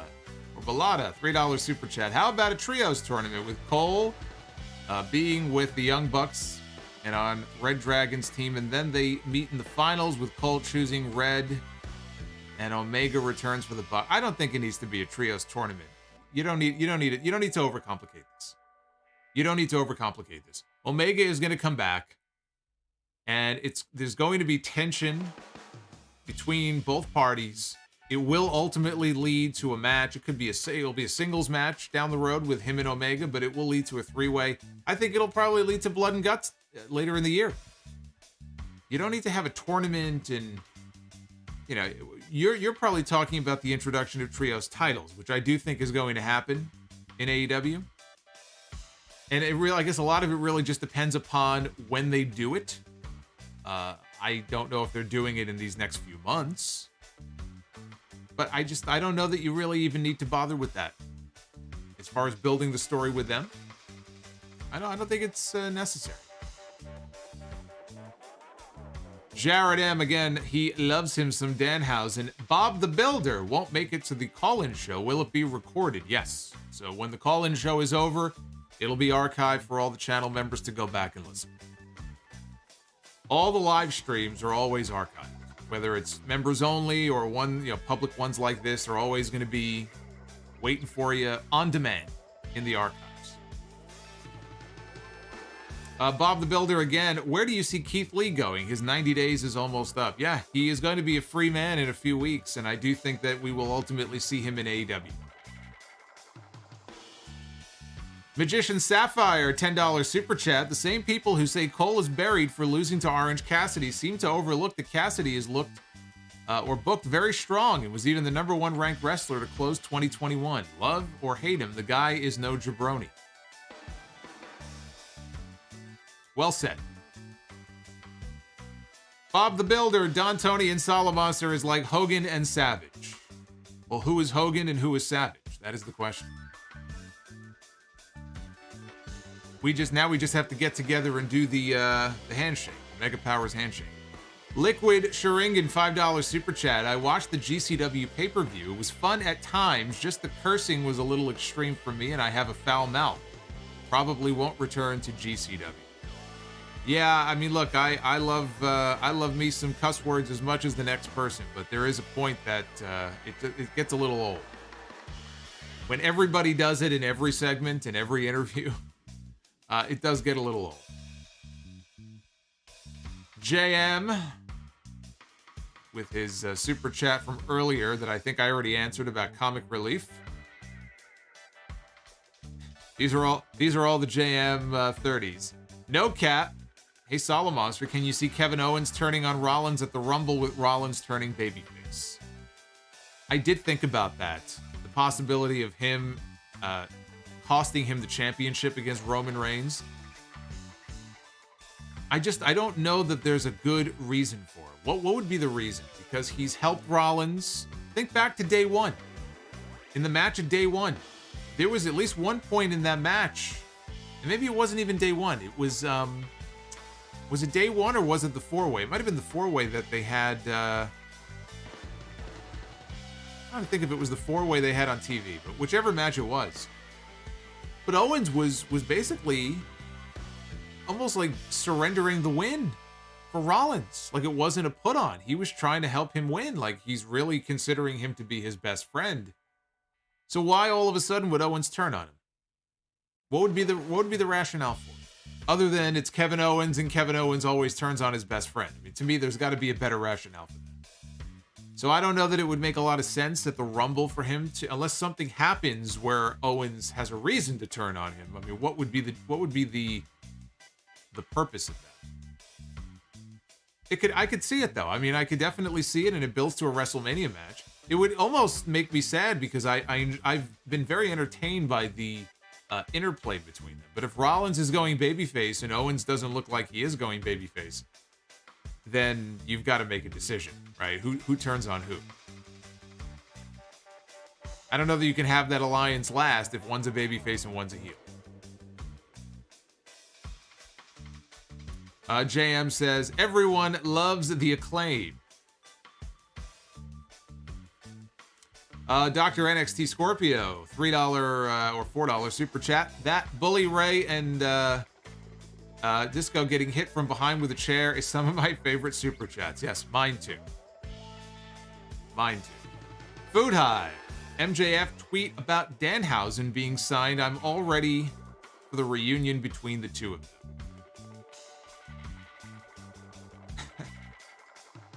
Ed Weber puts in quotes, gotta be a better rationale. I know. I should know better by now. I need to stop saying that. I need to stop expecting there to be a better rationale for these things. Dr. NXT Scorpio, I think we're all caught up after yours. If Alicia Fox and Summer Rae are considered WWE legends, then screw it. I am a WWE legend too by that logic. No, you're not, because you never worked for them. They were employed by WWE. You were not. That's the difference.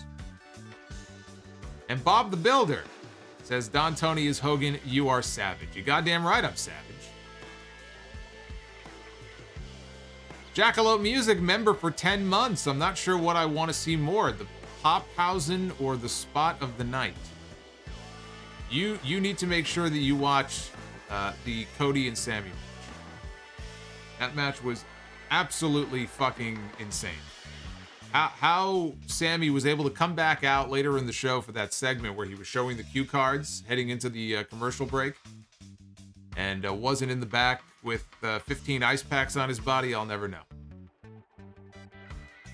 Hey, Stinga in the chat says, love the show. Heard you first on Wade Keller. Well, thank you. Yeah, I was on a whole bunch of Torch shows with Wade. I enjoyed it. It was very cool to be on with him.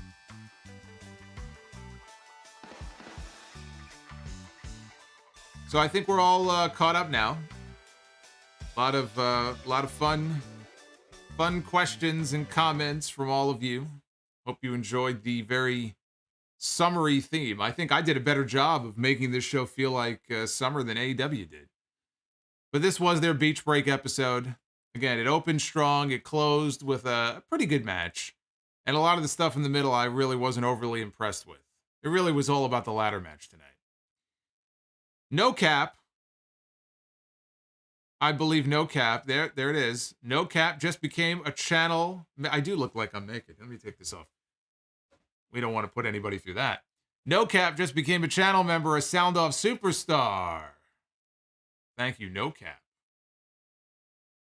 Abdul Rahman has been a channel member for 9 months. He says, Gunther is way more intimidating than your average name, Walter.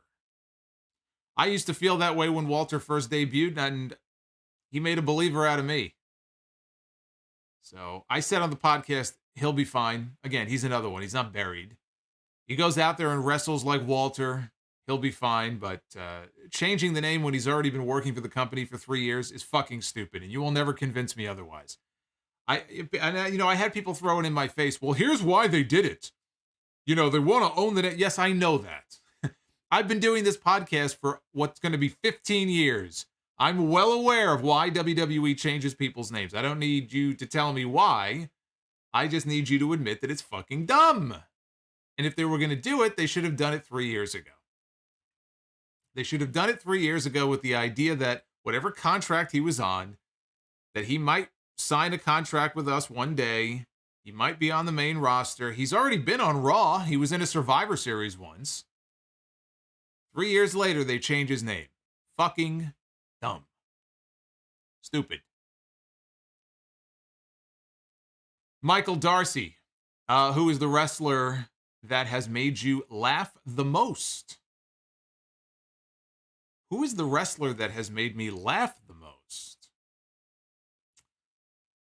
The first one I think of, probably The Rock. I mean, The Rock has got to be up there. Probably The Rock.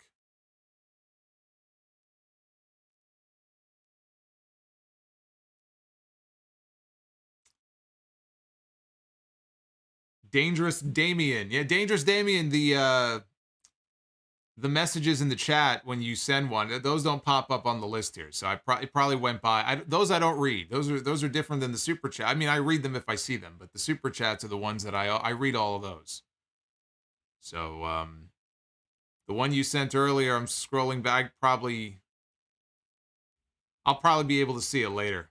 It's probably too far back for me to go now and see it. But those are different than the ones that I put up on screen. Dev to Dust with the $2. Heat or Die Hard? Oh, two of my favorites. But Die Hard. Armed Anderson, look at that. Yeah, I go with Die Hard.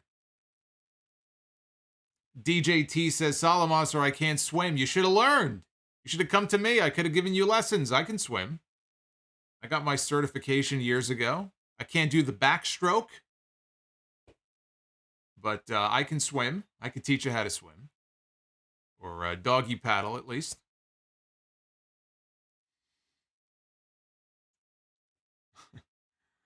All right, well, as you guys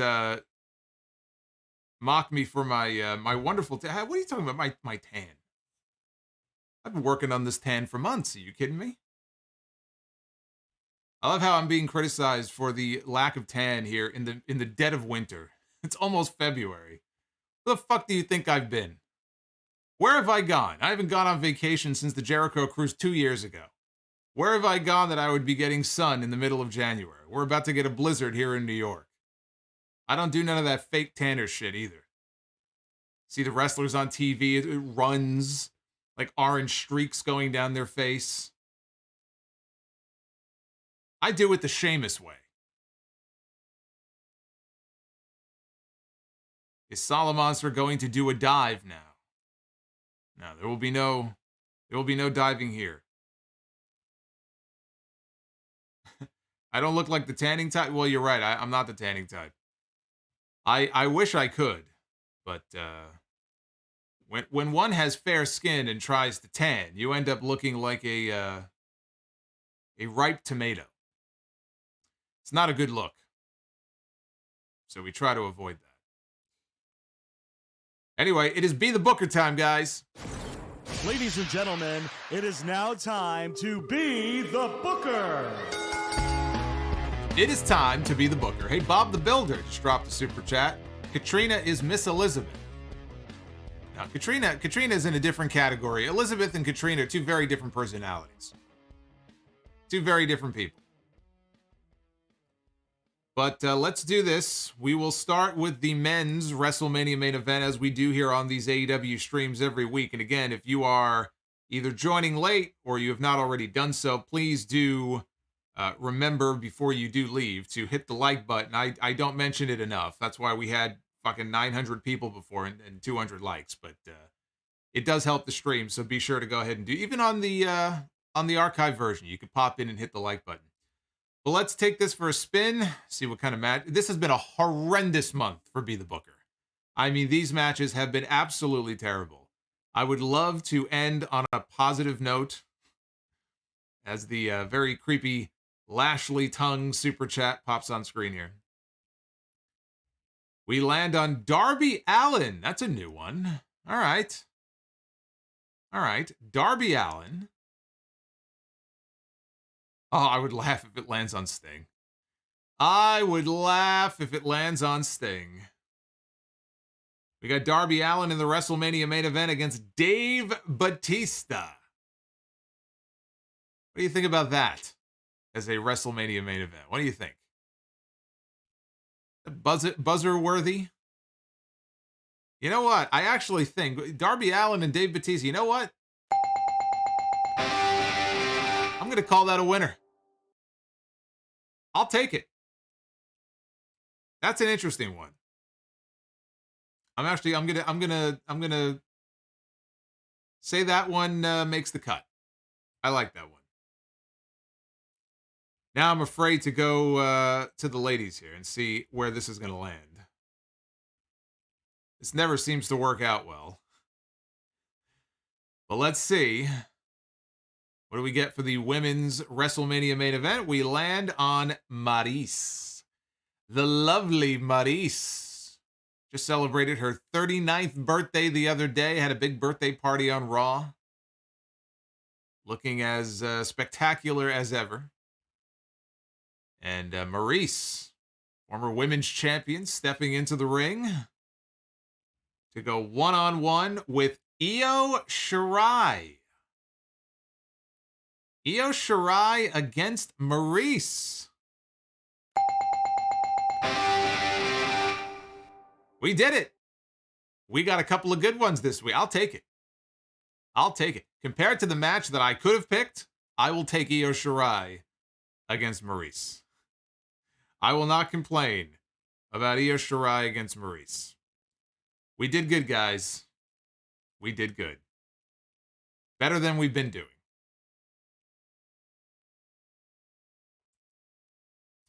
Better than we've been doing. It might not be, it might not be 5 stars, but if Io is in that match, and Maryse, look, Maryse is no slouch. Maryse will not be mistaken for, Manami Toyota or anything like that, but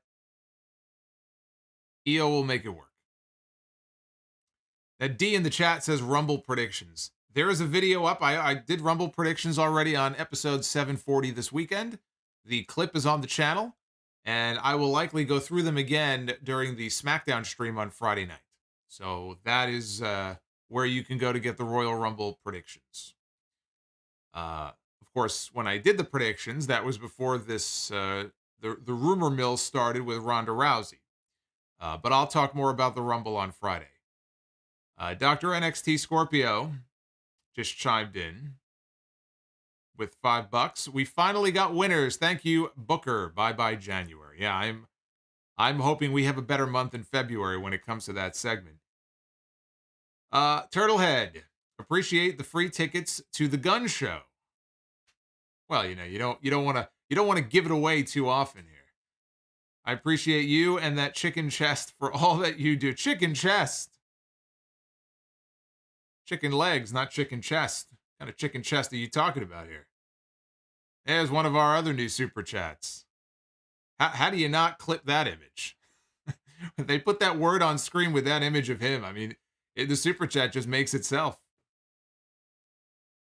Bob the Builder, the Sammy Guevara pic next to you is creepy. You know, it's one of the few Sammy Guevara, like, good images that one can find. So hopefully there'll be a less creepy one that I can use in the future. Paul Heyman. Can you see AEW signing Taya and Johnny Drip Drip? Yeah, I could see it. Of course. Taya is very good. We know what John Morrison is capable of. You know, Taya would be another good addition to the women's division. She's got a lot of experience. So can I see it? Yes, I can see it. I definitely see Keith Lee ending up there, but those two coming in, yeah, I could see that. And don't forget, you still got Cross and Scarlett. They're going to be available in the next couple of weeks. They'll be free of their non-compete, and who knows where they're going to end up. There's a whole list of people whose non-competes, their 90 days, are coming up in the next few weeks. And I'm going to run through that list on the podcast this weekend.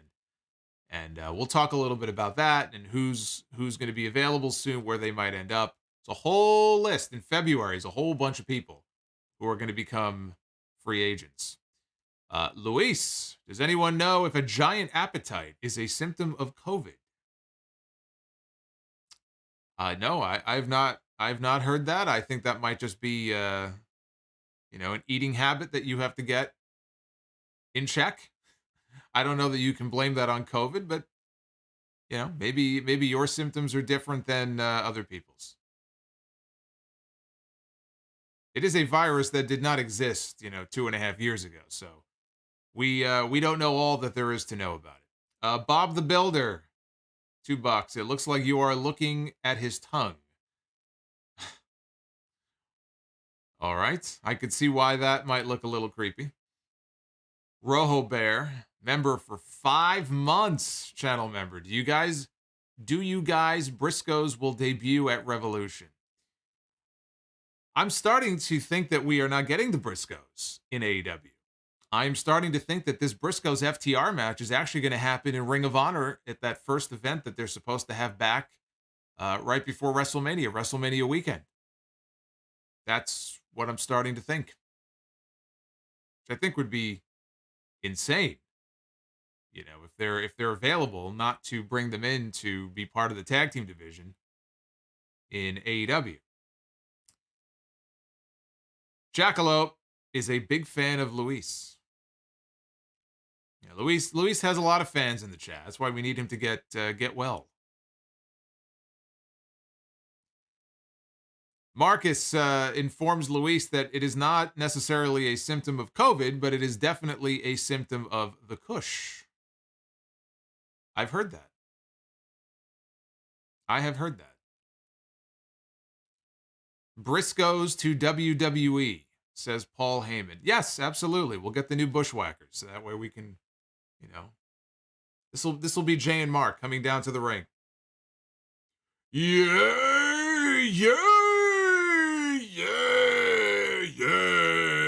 It's going to be Jay and Mark. They're going to go around licking people. There you go. That'll be the Briscoes in WWE. Bushwhacker Jay and Bushwhacker Mark. Solomonster, do you like Mexican food? Some Mexican food, yeah. I don't like spicy food. So there's a lot of Mexican food that I don't like. The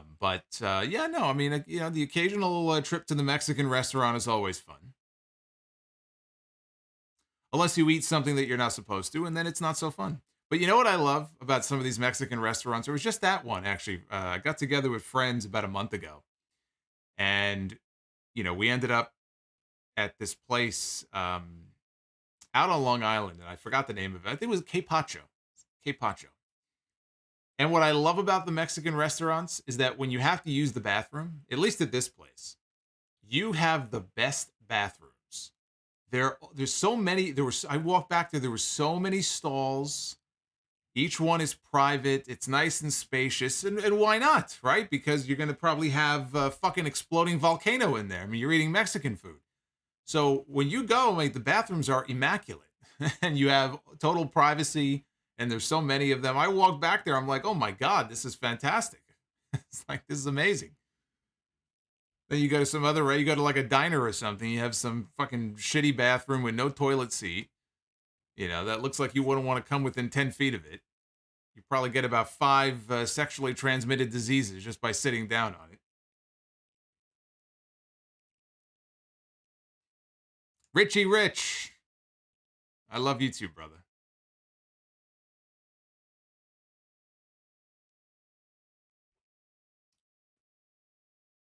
Zantara says the sheep herders were so awesome. It was weird when they debuted as the Bushwhackers.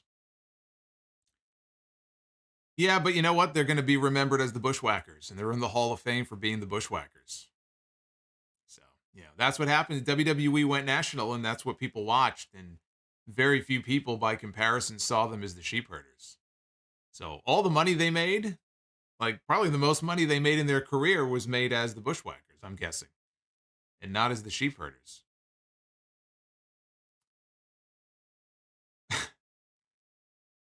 Paul Heyman says, Solomonster unleashing Hiroshima in the toilet. As somebody else, I just saw somebody else say, if you have good Mexican food, then that shouldn't be an issue. But, you know, again, when you can have like cheese and cream and stuff like that, and you do, that's why there's a lot of Mexican cuisine I would love to have, but I can't have anymore. Don Juan, I'm not going to read that, but thank you for the $1.99. I appreciate that. The Coug said that's Taco Bell 30 minutes later. Yeah. JM dropping 10. I was really expecting Ollie J on Dynamite tonight. I will go to Twitter to express my displeasure with some of the Johnny Gargano fans. I did not know who Ollie J was until I saw her step out of that SUV on NXT last night. When Carmelo Hayes came out, opened the door for her, and she came walking out. Wow. How she didn't tip over, I'll never know. That's all I'll say. Jared M. with the $5. Do you think Hogan would be... Oh, do I think Hogan would have done business against Brett in the fall of 99 if Bischoff wasn't told to go home in August of 99? I think probably. I mean, Hogan did work Brett, right? They had at least one match on TV, and I know they worked a few house show matches. I think if push came to shove, they would have worked together. Hogan was the one who had all the power in WCW. So I don't give a fuck what Eric Bischoff said. You know, Eric Bischoff is like, oh, people think Hogan had all the power. Hogan wasn't going to do anything Hogan didn't want to do. And so I think Hogan would have felt a lot more comfortable working for Bischoff, wrestling Brett, than he would have working for Vince if Vince wanted him to wrestle Brett. That's my opinion.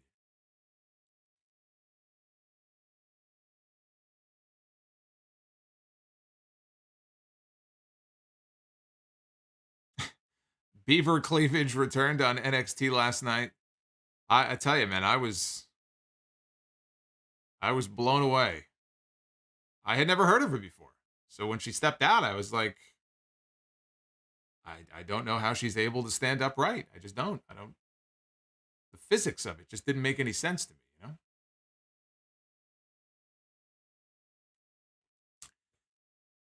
know? Frost, have I ever tried sushi? Believe it or not, no. Never tried sushi. I've never had a roll. I've never had, you know, I know because I have friends who love sushi.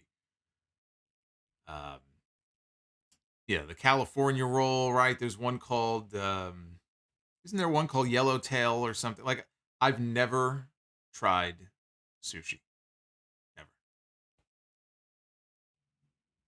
Don't have any plans to start.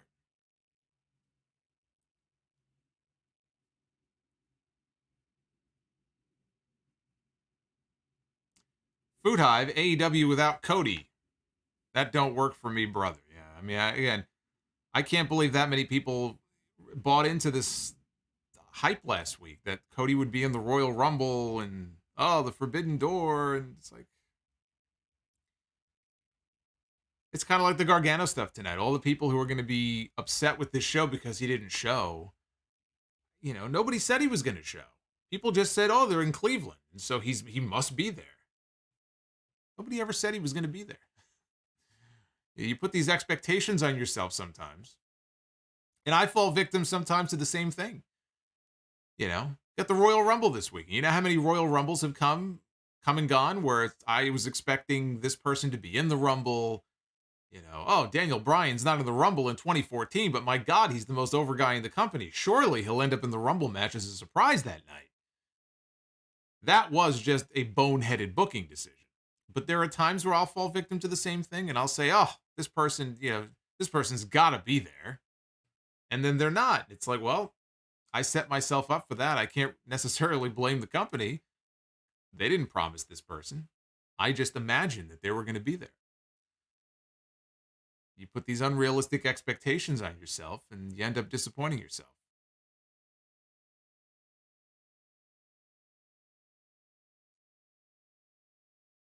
I'm missing out on sushi. It's great. Look, I'm open to trying it. I just never tried it. I never tried it. I like hibachi. I know it's very different.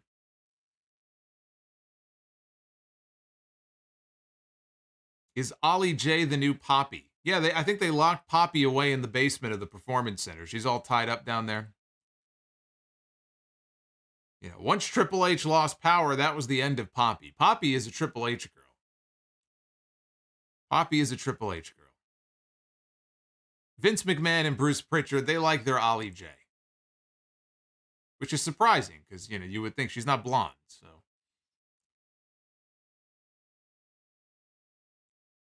What about barbecue beef brisket cooked with mesquite wood?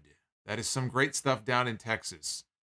You had me a barbecue beef brisket. When I was in Dallas for WrestleMania in 2016, we stopped at a barbecue joint. I can't for the life of me remember the name of it, but yeah, they just put it down on this whatever, paper, slab or whatever. All the barbecue just drenched in barbecue sauce. Oh, I was in heaven. The only problem is, of course, if I lived down in Texas and I was eating like that every day, I'd be 350 fucking pounds. So the way that I ate at some of those places, but the food down there was amazing.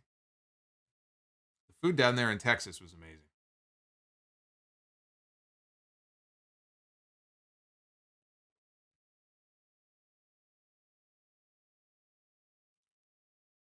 Bliss fan, what's going on? Bianca fans will be pissed when Ronda faces Becky.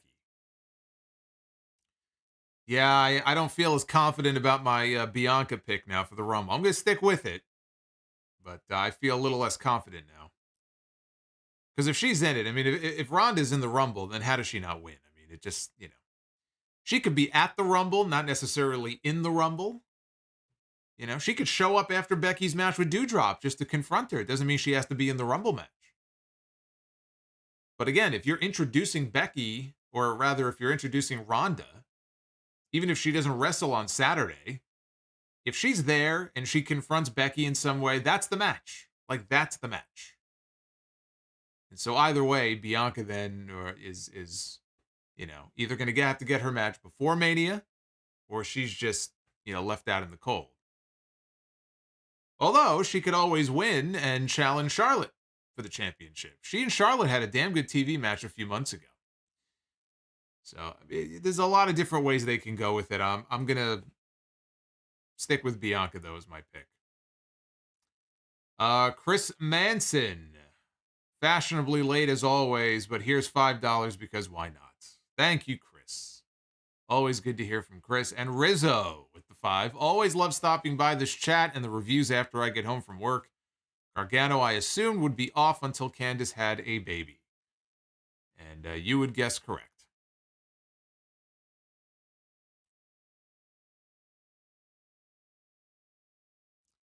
Bianca could beat Becky at SummerSlam in her hometown. Yeah, I guess SummerSlam is it's in Nashville, I think, right? That's an awful long time to wait, though. What do you do with her in the meantime? That division is so weak. I don't know. I mean, you're talking about waiting 6 months. 6 more months. A lot can happen between now and then.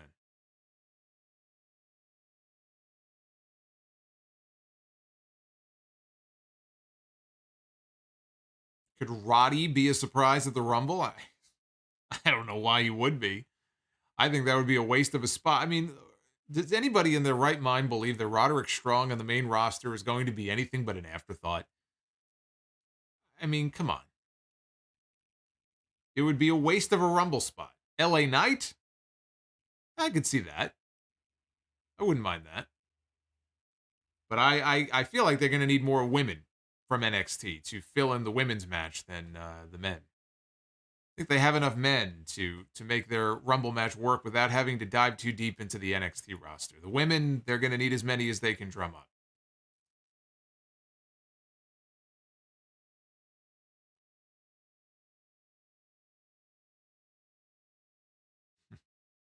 Seeing Thunder Rosa take Dave LaGreca and his wife out in Texas to a barbecue joint, and LaGreca just downing that meat was hilarious. It was on her blog. Yeah. I think that would be fun. I think that would be fun to go to do one of Thunder Rosa's blogs and go out to a restaurant and have her introduce me to some food or cuisine that I've never eaten before and eat for the first time. I feel like hanging out with Thunder Rosa for one of those videos at a restaurant somewhere would be fun. Right, what does she do? She does like Taco Tuesdays or something. I saw she did like a video with Mick Foley eating tacos at a restaurant somewhere recently. Chris, by the way, I don't know what people are saying, but I love Ronda.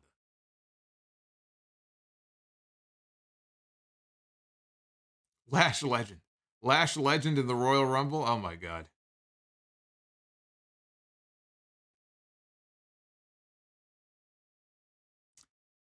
Gabriella says Thunder Rosa loves those tacos. I'll bet. Solomonster just wants a date with Thunder Rosa. She's married. Isn't she a married woman? No, Thunder Rosa is cool. Thunder Rosa is cool. Nick Grasso, $4.99. Did you think Paige will return at the Rumble? That's an interesting one. Everybody seems to be getting cleared to come back. Even Corey Graves. Corey Graves may make a cameo in the men's Rumble on Saturday. It'd probably be a quick one, but from what we understand, he's cleared to wrestle if he wants. I think it's absolutely possible that Paige, if she's not already, will get cleared, since everybody else who I in some cases never thought would ever get cleared by this company again has managed to get cleared. I know she's got the scoliosis as well and all that, but would she be in the Rumble on Saturday as a surprise? I don't think so. I don't think she'll be in it. But if she's being kept as a surprise, then it would be a well-kept surprise. They should keep her hidden away in a van somewhere, you know? I'm hoping they could still pull a surprise or two out of their hat. You know, we've heard about the Ronda rumors, and they've already announced Lita and people like that, but I'm hoping they save some surprises. You know, I've said I think Sean Waltman would probably be a surprise appearance in the Rumble. You know, so I think we'll get a few. Hopefully they can keep one or two good ones under wraps.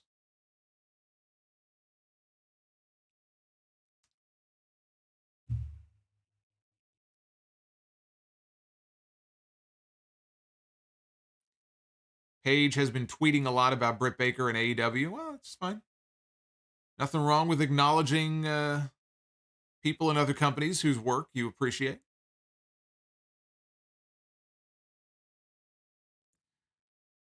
Mr. Notorious Dez is one of our new channel members tonight. Or at least the legend. I think he upgraded. But Dez, what's going on? Do you see Undertaker appearing at the Rumble on Saturday? No. I think people are reading too much into these headlines about Undertaker being in St. Louis on Saturday. His wife is in the Royal Rumble. It's like a few years ago when Michelle McCool was in the Rumble. And in the Undertaker's documentary series, they showed him backstage at the Rumble. Right? He was watching and he was getting the itch again. Hopefully he doesn't get that itch to come back again to WrestleMania this year. He's going to be there, but he's going to be there to root on his wife. No, I don't expect to see Undertaker in the Royal Rumble.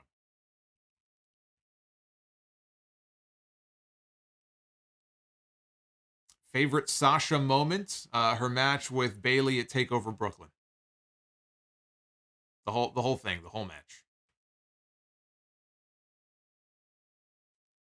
All right, guys. Again, if you tuned in late, just for those who are not aware, tomorrow at 8:30 p.m. Eastern, I am planning on hosting the next episode, the next installment of Better Call Solomonster. I'll open up the phone lines. You guys can call in. It'll be very much like the conversation we're having here. Try to answer as many calls as I can. We do these periodically. It is now going to be an exclusive for channel members going forward. So again, around 8:30 tomorrow night, I will let you guys know. We will be live. Of course, I'll be live again for SmackDown and Rampage on Friday night. And then live on Saturday for the Royal Rumble, one of our biggest streams of the year, for one of the biggest shows of the year, one of my favorite shows. Even though we've gotten some crappy Rumbles over the last several years, I still enjoy the Rumble. Ever since I was a wee fan, the Rumble is always fun. And the card, not for nothing, that they've put together for this weekend. The 2 title matches, Roman and Seth. Lashley and Lesnar is the one that I'm waiting for. You got the Rumble matches. On paper, even Becky and Doudrop as a match, I think could be very good. We've seen what Doudrop can do in the ring with Bianca Belair in the series of matches that they had. I think it's a solid card on paper, and the 2 title matches are excellent. So I am looking forward to the Royal Rumble on Saturday. I'm hoping for a good show. I hope I don't have to lace into it, but I will be here for the review. I'm going to be hosting the Wrestle Rumble custom belt giveaway. They got some cool ass belts that they're giving away. You got to go to WrestleRumble.com, enter that contest. It's $1. It's $1. You can enter as many times as you want. It's only $1 to enter each time. You got the custom Edge rated R belt. You've got 2 Royal Rumble moments belts. He literally had moments from Royal Rumble history etched into their own plates on 2 different custom belts. We're going to be picking 3 winners at random right here live on the stream. It could be you. So come on by Saturday night. And of course, on Sunday, it'll be episode 741 of the podcast. So be well, stay safe. Thank you for hanging out on the beach. Let me get my towel here. I got my bathing suit on too. Or do I? Put my towel on here. I got to put my flip-flops back on. It's getting cold. It's getting a little breezy. We're going to head home here from the beach. And I will see you guys tomorrow night for the call-in show, and then Friday night for SmackDown, and this weekend for the Royal Rumble. So until then, take care, guys.